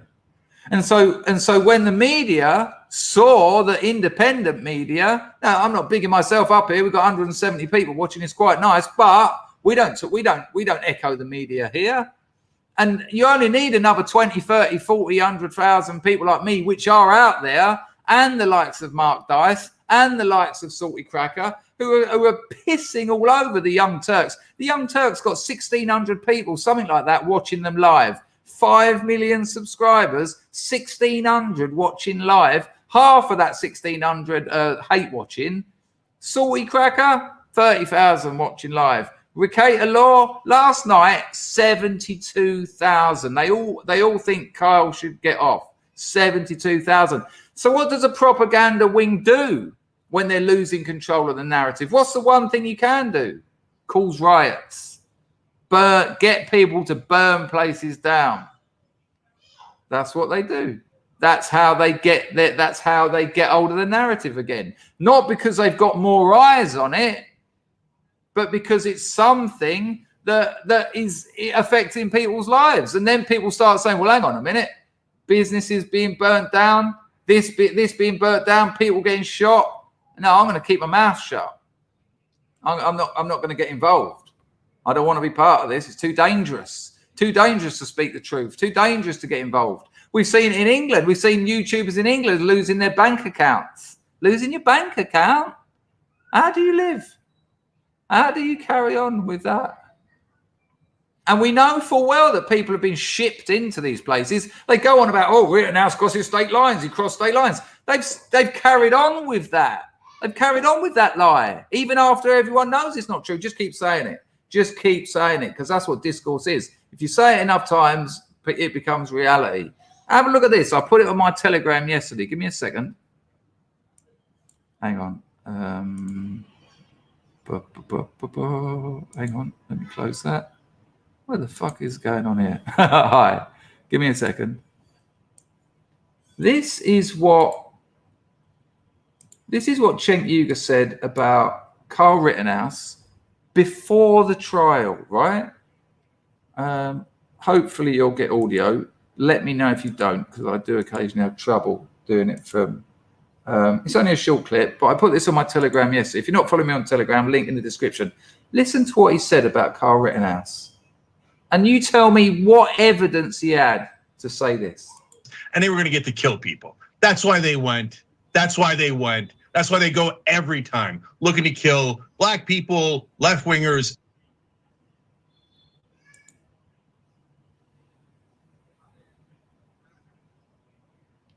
I'll tell you what, if Rittenhouse gets off, sue the absolute fuck out of these people. Every single one of them. Let's not forget that Biden called Rittenhouse a racist.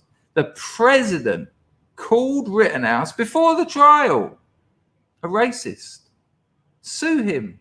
Sue the fuck off him. But again, these suings can only happen if he's acquitted, which is another reason why people are scared of acquitting. Check it out. Fire your meme cannons. Look at that. Yeah, there was none. You don't need any proof. You just need to say it. Look at that. See you later, Alan. Take care, mate. Have a good day. It's mind-blowing. Absolutely mind-blowing. I think I've got another... Shut up, Cenk. You're doing me head in. I think I've got another one that Rag sent me that I want to show you. Hang on.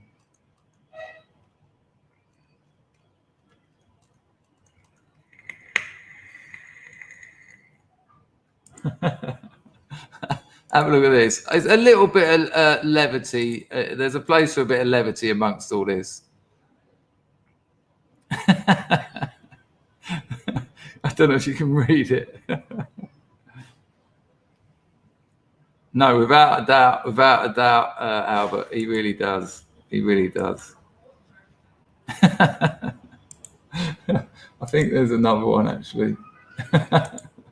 Check this out. But although memes are funny, we can't let them take away from the fact that there's an absolute mess going on.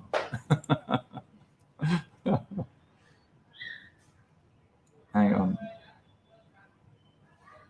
a minute. Hang on a minute. I don't know if I can show that one. I can't. It's a bit too risky. Right, we've got something hilarious for you. This is madness. This is people have really had enough, and all people. So where are we? Let's see what Lauren Boebert said. Listen carefully, right? This is incredible. Check this out. 3 people sent me this. Listen to what she says. It's brilliant. I'll play it again after. Let me know you got audio. Speaker, Democrat policies are so pathetic and have done so poorly that the left has nothing else to do but troll the internet looking for ways to get offended and then try to target members and strip them of their committees.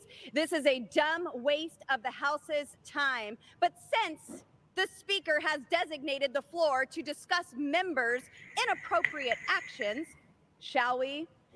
The Jihad Squad member from Minnesota has paid her husband, and not her brother husband, the other one, over $1 million in campaign funds. This member is allowed on the Foreign Affairs Committee while praising terrorists. A Democrat chairwoman incited further violence in the streets outside of a courthouse. And then the cherry on top, my colleague and 3-month presidential candidate from California, who is on the Intelligence Committee, slept with Fang Fang, a Chinese spy. Let me say that again. A member of Congress who receives classified briefings was sleeping with the enemy. This is unacceptable. And let's not forget that the fella who was sleeping with a Chinese spy literally just, the geezer got classified information. He works for the Department of Homeland Security. Still, he was honeypot. He was a victim of a honey trap, and he went for it. He had an affair with her. You don't think she's got films of him rimming her? It absolutely compromised. He still works for the Department of Homeland Security. The geezer who was literally sleeping with a Chinese spy. Oh, he's still got his job. Oh, there's nothing wrong with that. This is communism. But I want you to listen again to the first thing she says. Listen to what she says. The first accusation. I'll move it on to the actual bit. Hang on. Get offended and then try to target members and since the speaker has designated the floor to discuss. Right, listen how she describes her. It's awesome. And don't forget, this is in the house. This isn't just in the street or on Twitter. Listen to what she says. Discuss members' inappropriate actions, shall we? The Jihad Squad member from Minnesota. The Jihad Squad member from Minnesota. It's amazing. People have had enough. The Jihad Squad member from Minnesota. And check out, because this woman has been accused of marrying her brother to get him in the country. And then she says she's paid her brother, just giving him $1 million of taxpayers' money. Not her brother husband, the other one. Check it. I'll rewind that last bit because it's excellent. Since the speaker has designated the floor to discuss members' inappropriate actions, shall we? The Jihad Squad member from Minnesota has paid her husband, and not her brother husband, the other one, over $1 million in campaign funds. This member is allowed on the Foreign Affairs Committee while praising terrorists. A Democrat. Now, here's the mad thing about that. Do you reckon that the Jihad member from Minnesota will sue her for any of that? No. Why not? Because it's all true. What's she going to do? I'll take you to court. Well, no, she did say she supports the jihad. She tried to spin it as the jihad. Well, it actually means this. I think we know what it means. We're from the UK. We really know what it means. And her brother, not her husband, her husband, she's paid him for her campaign. Oh, I'll hire you. Keep it in the family. Yeah, I'll have over $1 million. America's been taken the piss out of. It's been run with communists. And I'm telling you, hello, Anglo. I'm telling you, hello, Ugly Truth. Everything that's happening in America at the moment, everything from the southern border, everything from the southern border to the lack of energy independence, from begging OPEC, from the Miley ring in China, you name them, the closing down of the pipelines. They're now going to close down another one. The Keystone one's gone. I think there's one in Minnesota they're closing down. Yeah, that's happening. Everything has happened in every communist country ever because they need to destroy the country. They need everyone fucked. They need the high inflation. They need the energy prices going through the roof. They need all that to get everyone in order. They need the court to be run by the media. I mean, go and research the Politburo. This is how it happens. This has all happened before. This has happened in the Soviet Union. It's happened in Mao's China. All the transgenderism, all the statues being pulled down, all the renaming roads, renaming things, getting rid of anything from the past, getting rid of culture, getting rid of ancestral relations, getting rid of traditions. This is all from the communist playbook. And this is America. It's the global reserve currency, the American dollar. And so, you know, when it's happened before, when it happened in the Soviet Union, I can't remember if it was Goldman Sachs or JP Morgan, but one of them funded the Russian Revolution. Why did they fund the Russian Revolution? To destabilize it. And lo and behold, nothing that has been happening. Yeah, that's it. Yep. The four olds. Well, there you go. Yep. The four olds. What was it? It was like statues, street names. And then they even done the four pests. They had all the Chinese out in the streets banging their woks so that all the birds, they were too scared to land, so they just ended up falling out of the air, dying, because they were eating all the crops. But when you do that, there's nothing to eat the maggots. There's nothing to eat all the other pests, and so there was an explosion of other pests because they took a fundamental part out of the food chain because they're not good ideas, because they're not clever, and it's all happening in America. Mao's Red Army was students. There were students that went around telling people what they could say and what they couldn't say. There were students that went around with their little red books. Students. This has all happened in America over the last 3 years. We've had students telling people, wow, we want to segregate. We want a black graduation and a white graduation. We want black people to get into universities on lower scores. And you know what? You know that what do they call it? What's the phrase they use when they... when people who aren't clever enough to get in, they get them in. Come on, someone tell me what it's called. Someone will know. There's always a little delay, but someone will be able to tell me in a minute.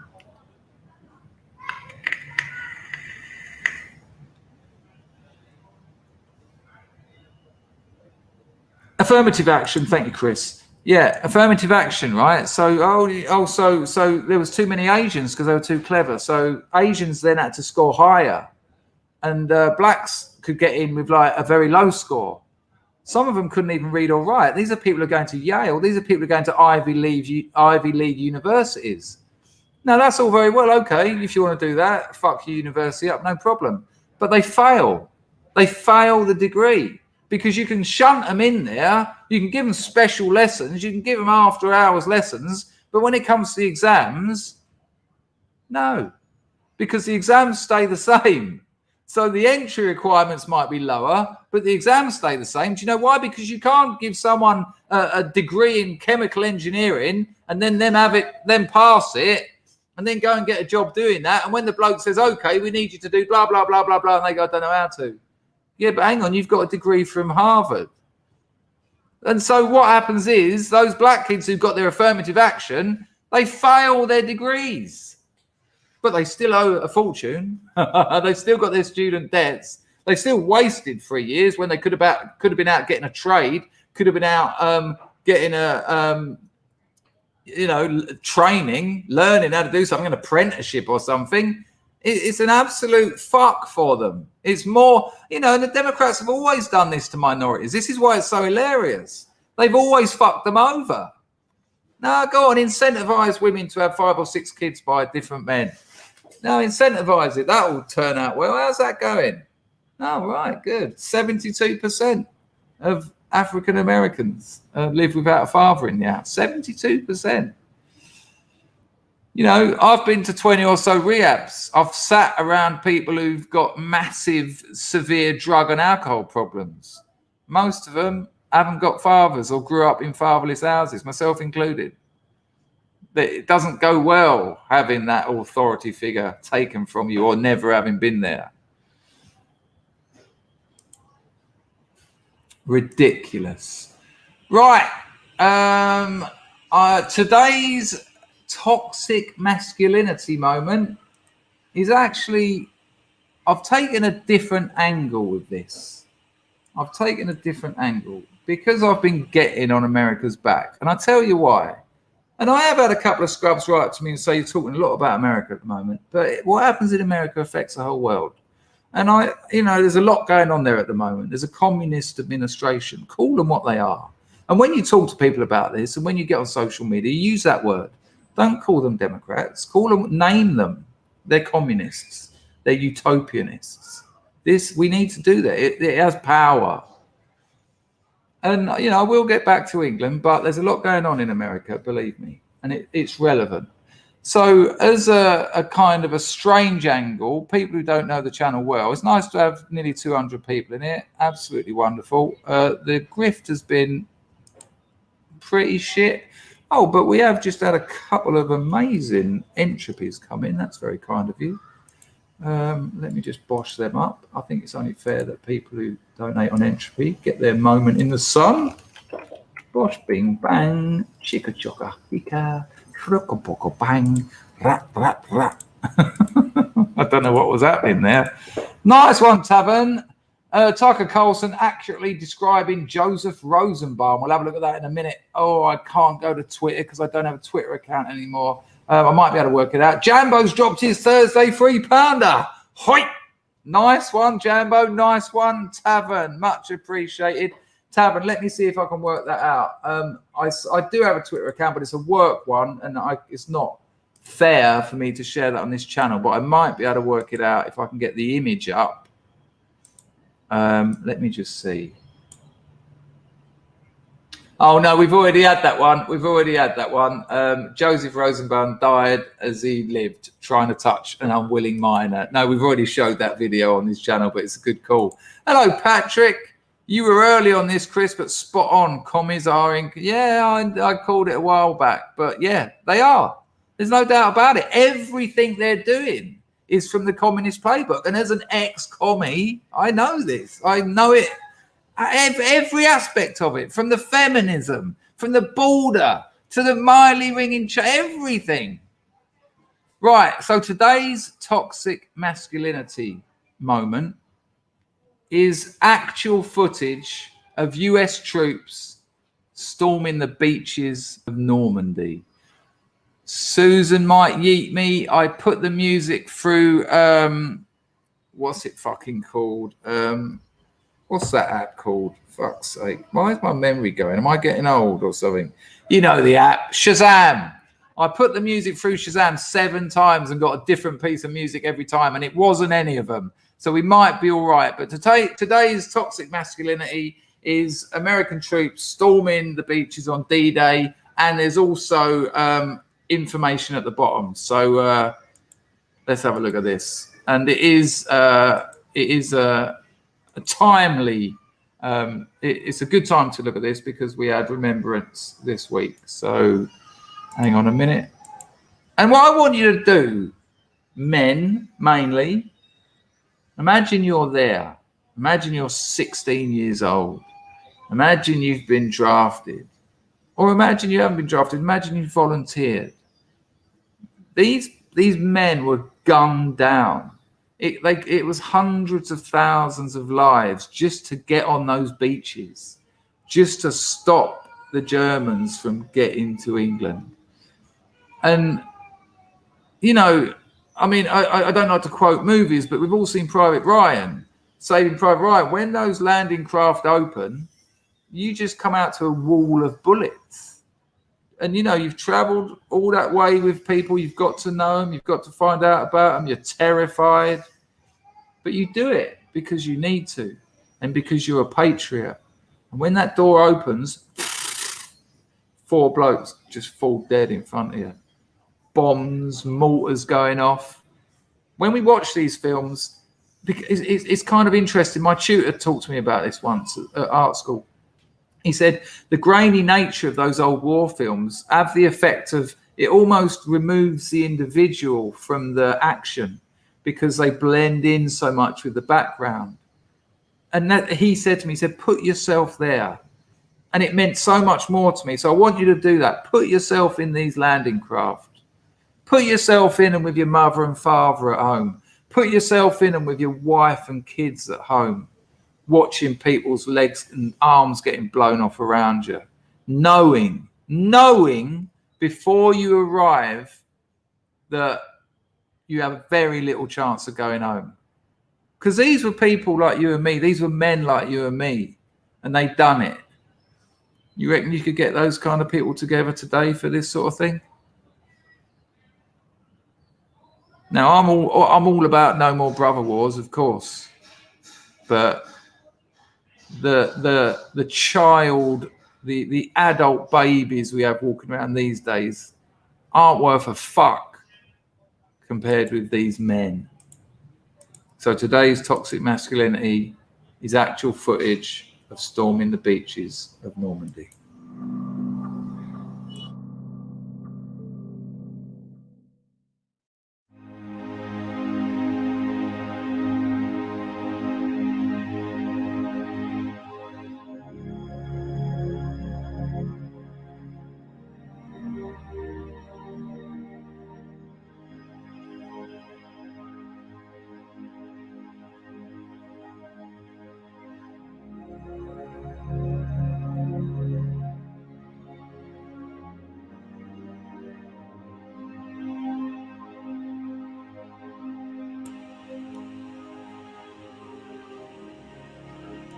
That could be us lot walking onto that boat. That could be us lot walking onto that landing craft.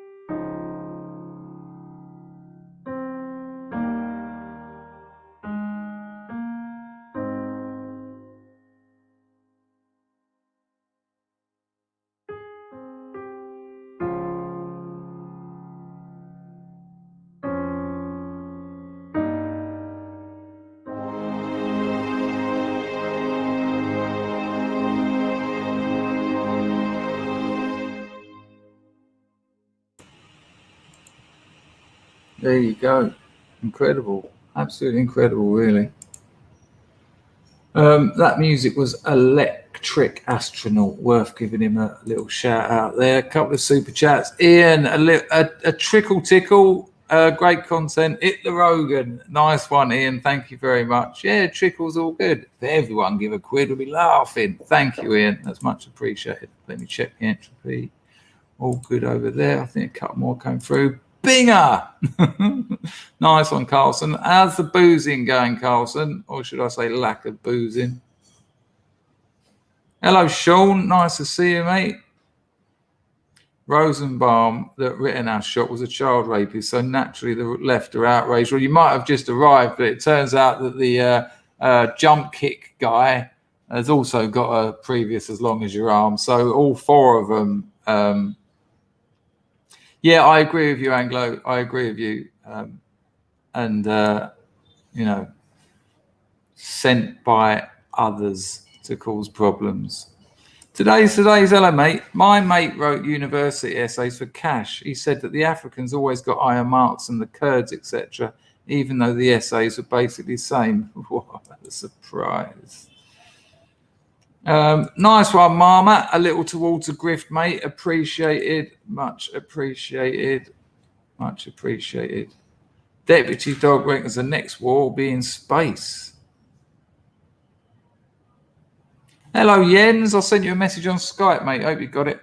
The grainy was put in as a reference to Robert Capa's pictures, which were burned in a warming closet. They are some of the most known pictures of D-Day, so Spielberg put them in as a reference. Oh, that isn't what my art teacher was talking about. I probably didn't explain it well, but that's interesting. I'll have a look into that. Nice one, Jens. Hope you're doing all right. Are you doing all right? Let me know.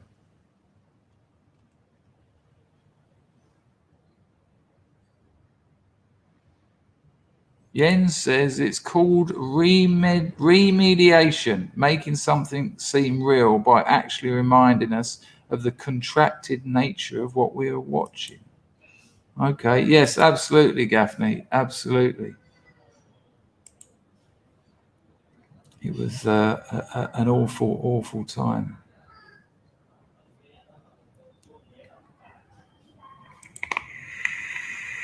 I know, you know, crazy. It was a crazy, crazy war. You know, strings were being pulled well far out of Europe. Likewise, Michael. Likewise. You know, I didn't show it to get, and you know, you're obviously free and welcome to put your comments. But my point was, these were men like you and me, regardless of anything else. Men like you and me had to get busy with that stuff, and did get busy, and were forced into it by some propaganda. And we get back to there. Hello, Howard. Yeah, it really is heartbreaking. Matt says Omaha Cemetery is endless. Yeah, you can imagine. You can absolutely imagine. No way, your old man was in it. No shit, amazing. Andrew says my best mate stormed a machine gun post on Mount Longdon with 3 hand grenades. He was only 18 at the time. His stories are eye-opening, I imagine. Good Lord. Good Lord.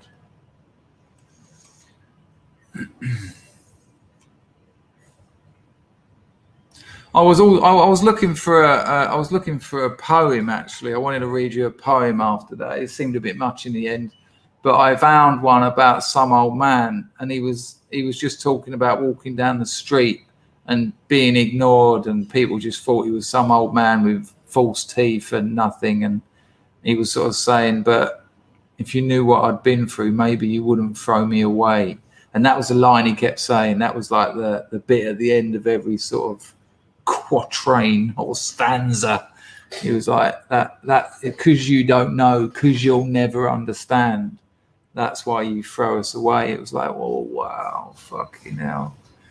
You know, imagine being one of those men. Imagine being some of those men who fought in those wars. Imagine being an English soldier and looking at England at the moment and thinking, you fuckers, how dare you, really?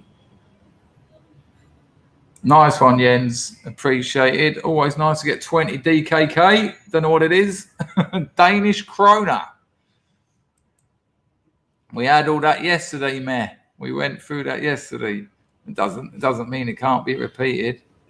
I know. It's absurd. It's absurd. Oh, okay. That's interesting. Yeah, it's weird, isn't it? It's weird in Saving Private Ryan, because it's a peculiar thing to have that frame of reference broken by getting blood on the camera.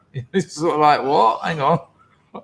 What is is this a film or a documentary, or are you trying to confuse me? Yeah, that is probably the most sensible point made. That's not me slagging anyone else off, but what a great point. Yeah, they were absolutely all innocent patriots. I remember when I was about 15 and my dad made me watch All Quiet on the Western Front.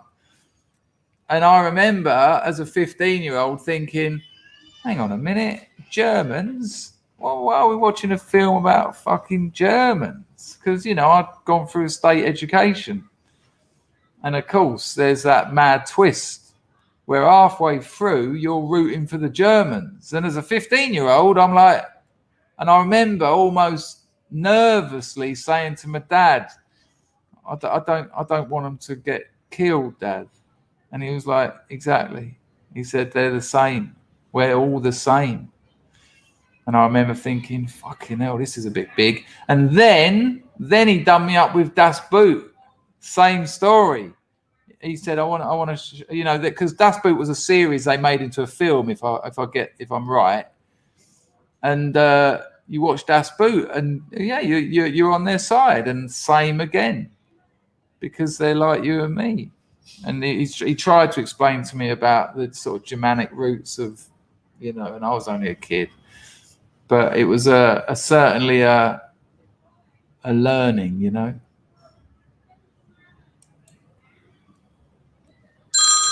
That'll be the missus. It's about her time. I'll just put some lights on and tell her I'm a bit busy.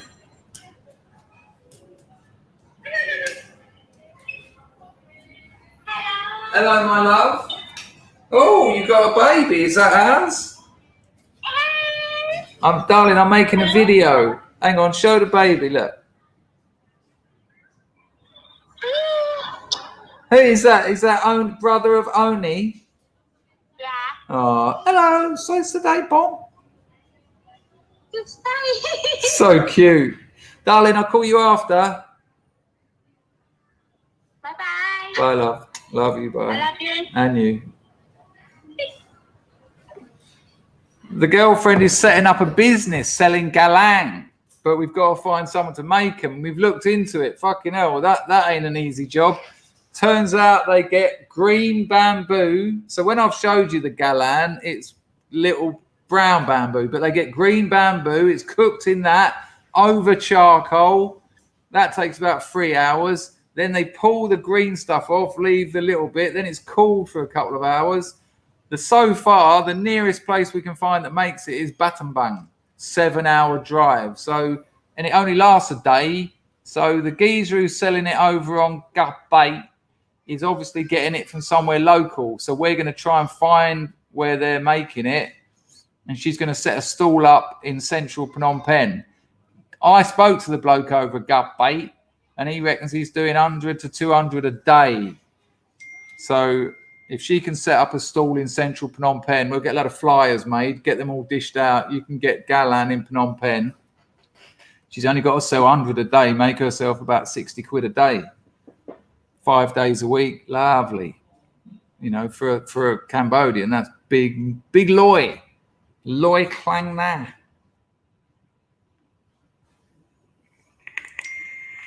Oh, he was my absolute hero, without a doubt. Right, hang on, I'm well behind here. Let me just check my entropy. All good over there. I've done. Oh, hang on a minute. Tavern, did I do your second? Tavern, did I do your thing about?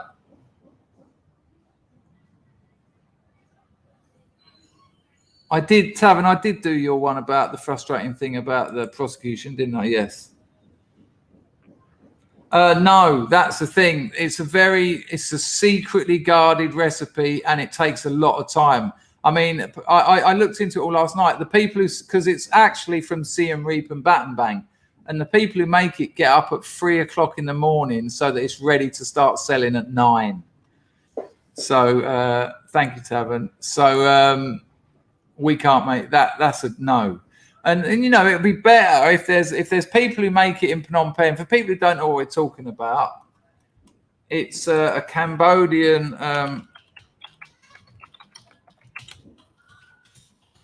It's a Cambodian delicacy that I've discovered recently, and it will sell like hotcakes. And at the moment, you have to go all the way over to Diamond Island, and I reckon there's a business there. Yeah, this is it. That's what it looks like when you pull down the bamboo. But I might be able to find you a picture of them cooking it. Yeah, look. So it's actually cooked in the green bamboo, and then once that's all cooked, they strip the green bamboo. And this is all my missus needs. Just a few stools with some baskets, chuck them in it, fly the hell out of Phnom Penh. And even if she only makes like 50 cents on each one, sell 100, it's $50. And I'll tell you what, it's fucking delicious. Look, there's another bloke making it. It's all very traditionally done, and they're all stamped as well. But if the geezer at Diamond Island is selling them 100, 200 a day, he's not getting someone driving down from Battambang every day. Not a chance. 7-hour drive, that'll cost you more in petrol than it will that he's going to make off of them.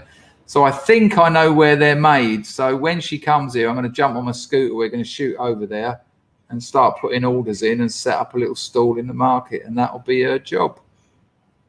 Yeah, interesting stuff. Right, a little funny that was sent to me. You're going to have to listen out for what she says. I can't remember her name. She's the very hot English cook, shall we say, not chef. But check this out. You have to listen carefully, and only OG Scrubs will get it. So there she is, absolutely delicious. All right, I'll take your cookies. Luxury has a new shape. She's hot as hell, isn't she? Nice one, Carlson. Yeah, Nigella Lawson, that's it. Carlson, Diamond Island sounds like a gay bar that George Michael would frequent. Cheeky. That's why I say Gabate, not Diamond Island. Diamond butt plug. Linda Hunter says, once again, you've missed a super chat from me. P.S. I do not want to be belittled if or when you acknowledge it. So, okay. I'm just pretending I'm not doing anything.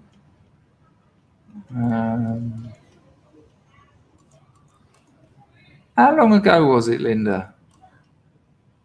There's nothing there.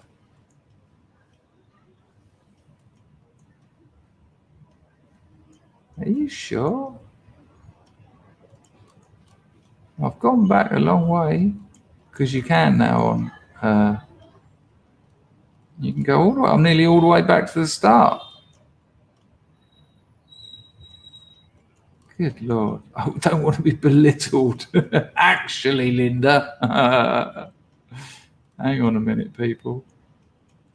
Hang on a minute. You can't just be looking at that. I have gone back so far, Linda. Is it in the entropy? Let's have a look if it's in the entropy. Ah, right. There it is. Okay. I don't think it'd come through yet, Linda. I think it's just come through. There you go. It was just there. It was about a second ago. Cut me some slack. Oh, God, I've lost it again. Where's it gone? Hang on a minute. On entropy, it says it's between Carlson and Marmite. Marmite. Sorry, mate. It had literally only just come through. There's Carlson's. So where's Linda's? No belittling. What's going on? There's yet. Hello, Linda. Thanks for the super chat, darling. All right there. Some people are brave. Rittenhouse. There you go. Thank you, Linda. It's quite good actually now, because before on StreamYard you couldn't go back very far, but now you can go back pretty much to the start. Was that all right? Linda? Did I deal all right? George is on the firm, Geordie's on the firm, is on the firm. How are you, Jord? Lovely to see you. Brighten up the old house of scrubbage, you lovely little Jord. Mad Lizzie wants to know if I watched Viva Frill. I did not. No, I don't know what that is. Geordie's on the firm, is on the firm. Why are scrub women so damn hot? It's incredible. Foot Golf said, stop belindering her.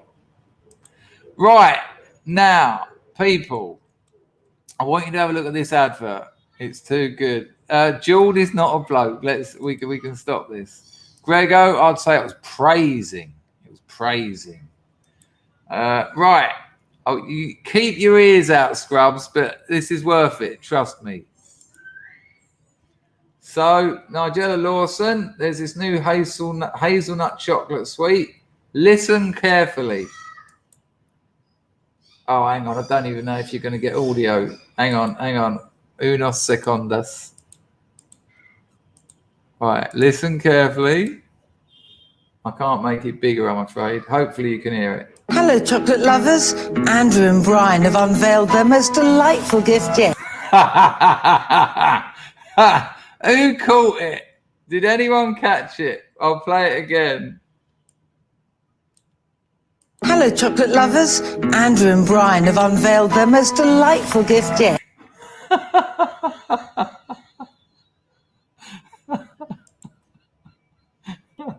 Scrub sent me that this morning. Most delightful. There you go. Nice one, mate. I know it's a little bit of an oldie but goodie, but it's too good, isn't it? Right, there you go. Right, people. This is a bit weird. So we just looked at men storming beaches. Mr. MF, about 2 years ago, I told a story about a man from America who came and stayed at my mate's house, and he was a nutcase. He came to England for 2 weeks, never left their house. He'd sit there and go, my mate's mum's name was Sheila, and he'd sit there and just go, Sheila, give me 2 cigarettes, please. And she'd, oh, okay. And they'd put them both in his pocket for later. Sheila, give me 2 cigarettes. And me and my mate were just cracking up. Anyway, the first night he went to bed, me and my mate were sleeping downstairs. And the daughter came down crying. We were going, what's going on? And she went, go and listen to him. I can't sleep up there. So we've crawled up all right, Loki, I'll have a look in a minute. We've crawled up the stairs, and this bloke, Steve, his name was, he was doing this. He was farting. He was going, most delightful. Delightful. For about an hour. He obviously had the weirdest of wind problems. Most delightful.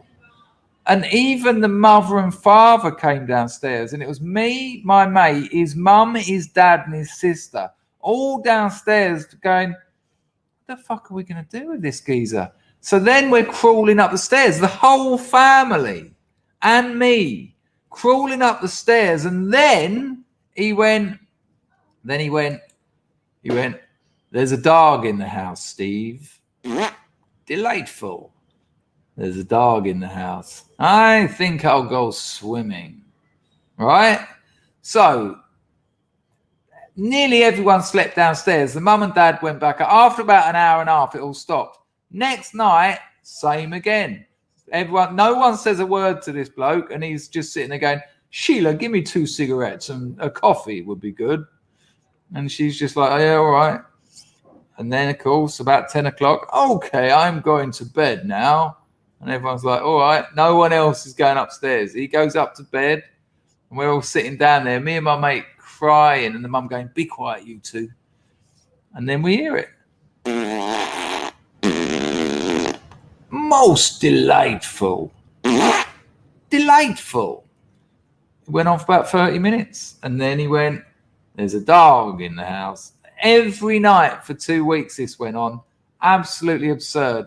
And then one night, the one afternoon he went out because he had to get his tickets back into central London to fuck off back to America, me and my mate went into his room, which was my mate's room. He was sleeping in there. And we were looking at all his stuff and that. And my mate went, ah, ah, ah, ah. And if you're eating, turn the sound down. I was going, what's wrong? What's happening? And he took his sock off and he trodden on.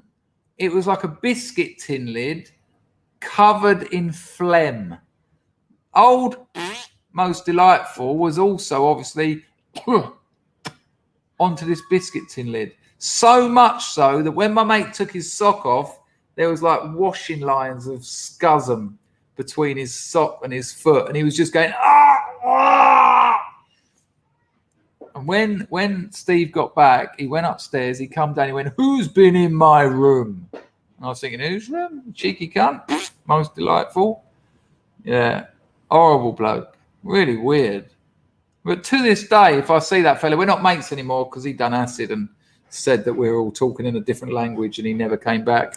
But if I go to him, he'll go, most delightful.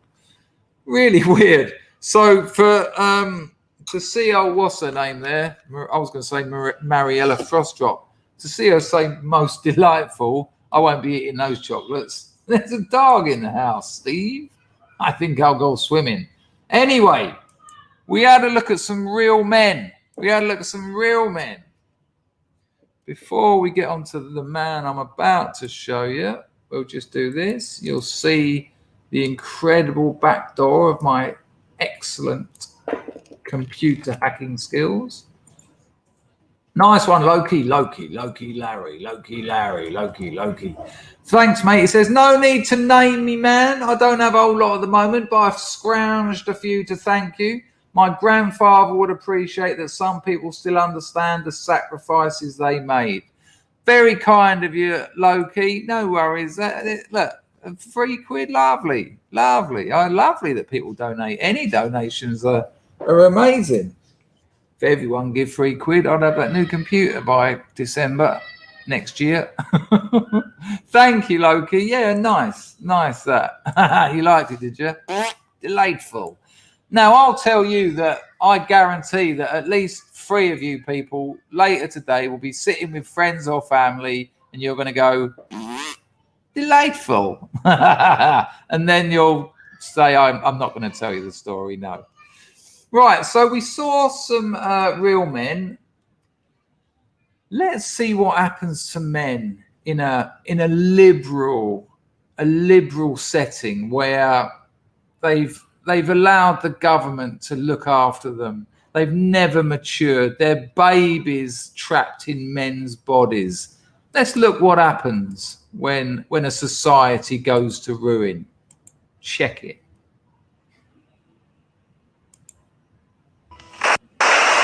I not only love him for his sexual attraction, I mean, we're not talking about fetish here. I love him as a mate. You make me feel so alive, 1001 Nacht.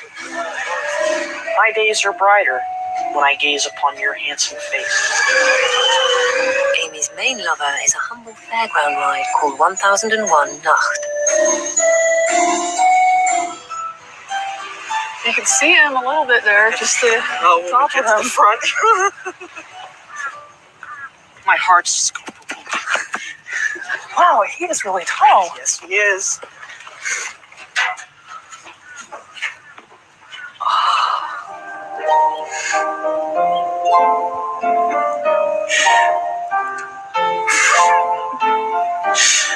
I'm thinking, oh, geez, you know what I'm thinking about. This is very personal. When I make love to him at home, when I start climaxing, I just keep saying over and over again, just as I'm starting to go over the edge, I just tell him, I want your fluids, I want your fluids, I want your fluids.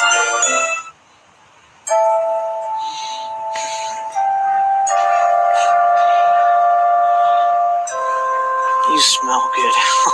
God, you smell so good.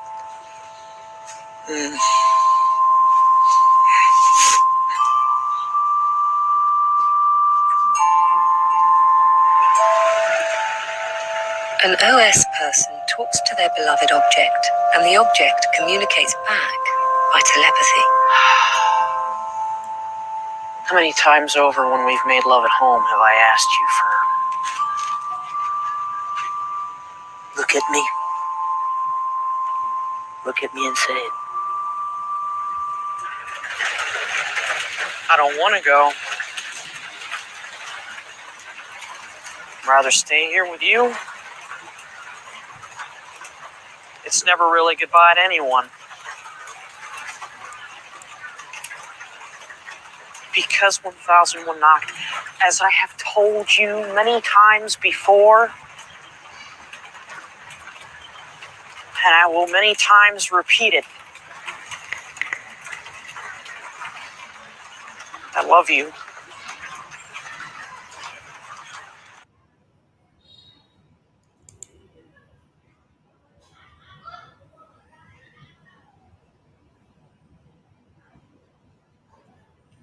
I'm not an aggressive person. I'm not a violent person, but I'd be hard pressed if I spoke to him about that. I'd be hard pressed not just to go, come here. Try and wake the fucker up a bit. Nice one, Jens. And did you know that the interesting point is an OS person? Oh, now it's got a label. Now it's a thing. Now you'll see that in Twitter bios. I go by a him, her. I'm an OS. I've waved my mental illness flag high. An OS person. Fucking hell, man. Thank you, Jens, for the donation. I don't know, people. I don't know. Right, there's 165 people here. Lovely. Listen, if you like reading short stories, I've got a Substack. The link is in the description. Substack. It's totally free. I'll never monetize it. There's about 12 stories in the archive. I've got nearly 2,000 subscribers. You can read the ones in the archive. If you put your email in, any new ones, which will be about one a month, I think, because I was originally doing 2 a month, but I was neglecting my novel, so it'll be 1 a month.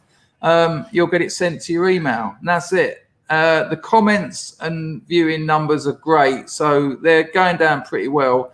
They're short stories, and they're all real life stories. So I used to say autobiographical fiction, but fuck it, I can't be bothered anymore.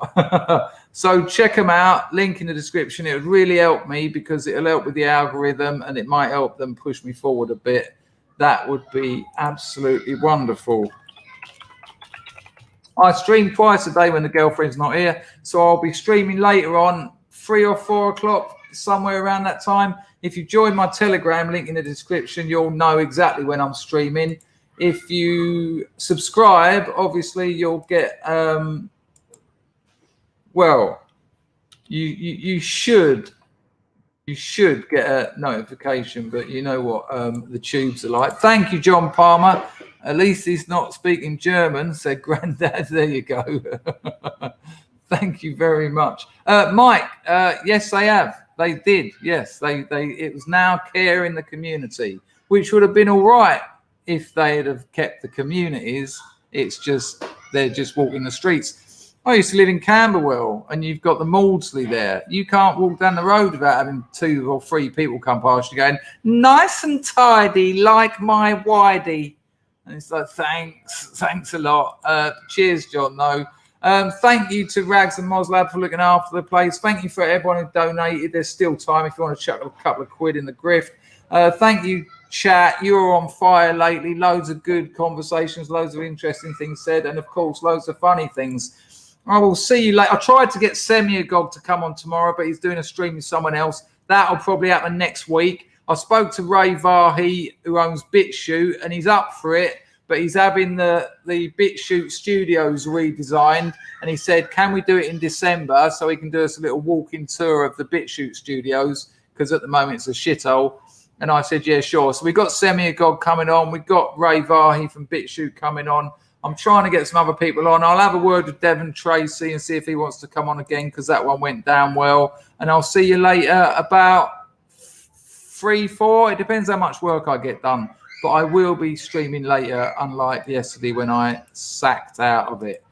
I'll play a bit of Bally G. Look after yourselves and don't forget to tell the people you love that you love them. Ta-da!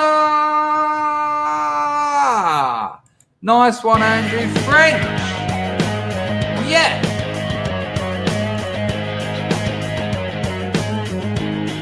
Cheers, Andrew. Tell your daddy you're fighting good. Feel the glory he said you would. Cracking numbers today as well, people. We're getting there. Hello, Sal. But you realize you've been sold when you feel the enemy's cold hard steel. Feel the dawn of your final day. Feel the fear and go anyway. Get a ride in that big black plane. Kill your conscience and numb your brain. But you'll realize you've been sold when you feel the enemy's cold. It's just the time, though, Kajel. It's the time it takes. It's only 5 ingredients, but the time. When you feel the enemy's cold hard steel. Nice one, Sean. Hello, Ludwig. Solo.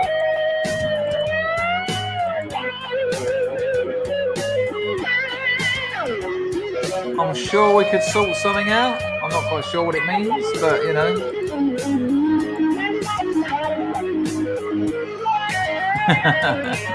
He lives with a judge, Moslab. Tell yourself it ain't really you. But when the slaughtering has begun, you'll be murdering someone's son. Sing along, Scrubs.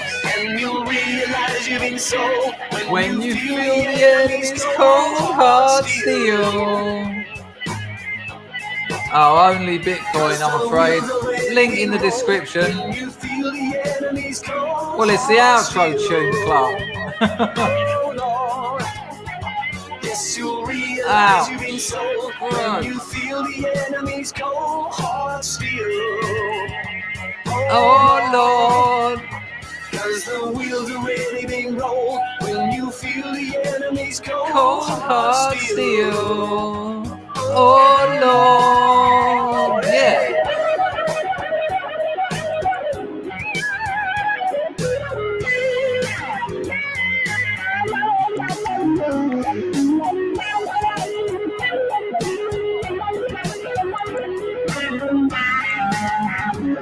Okay, mate.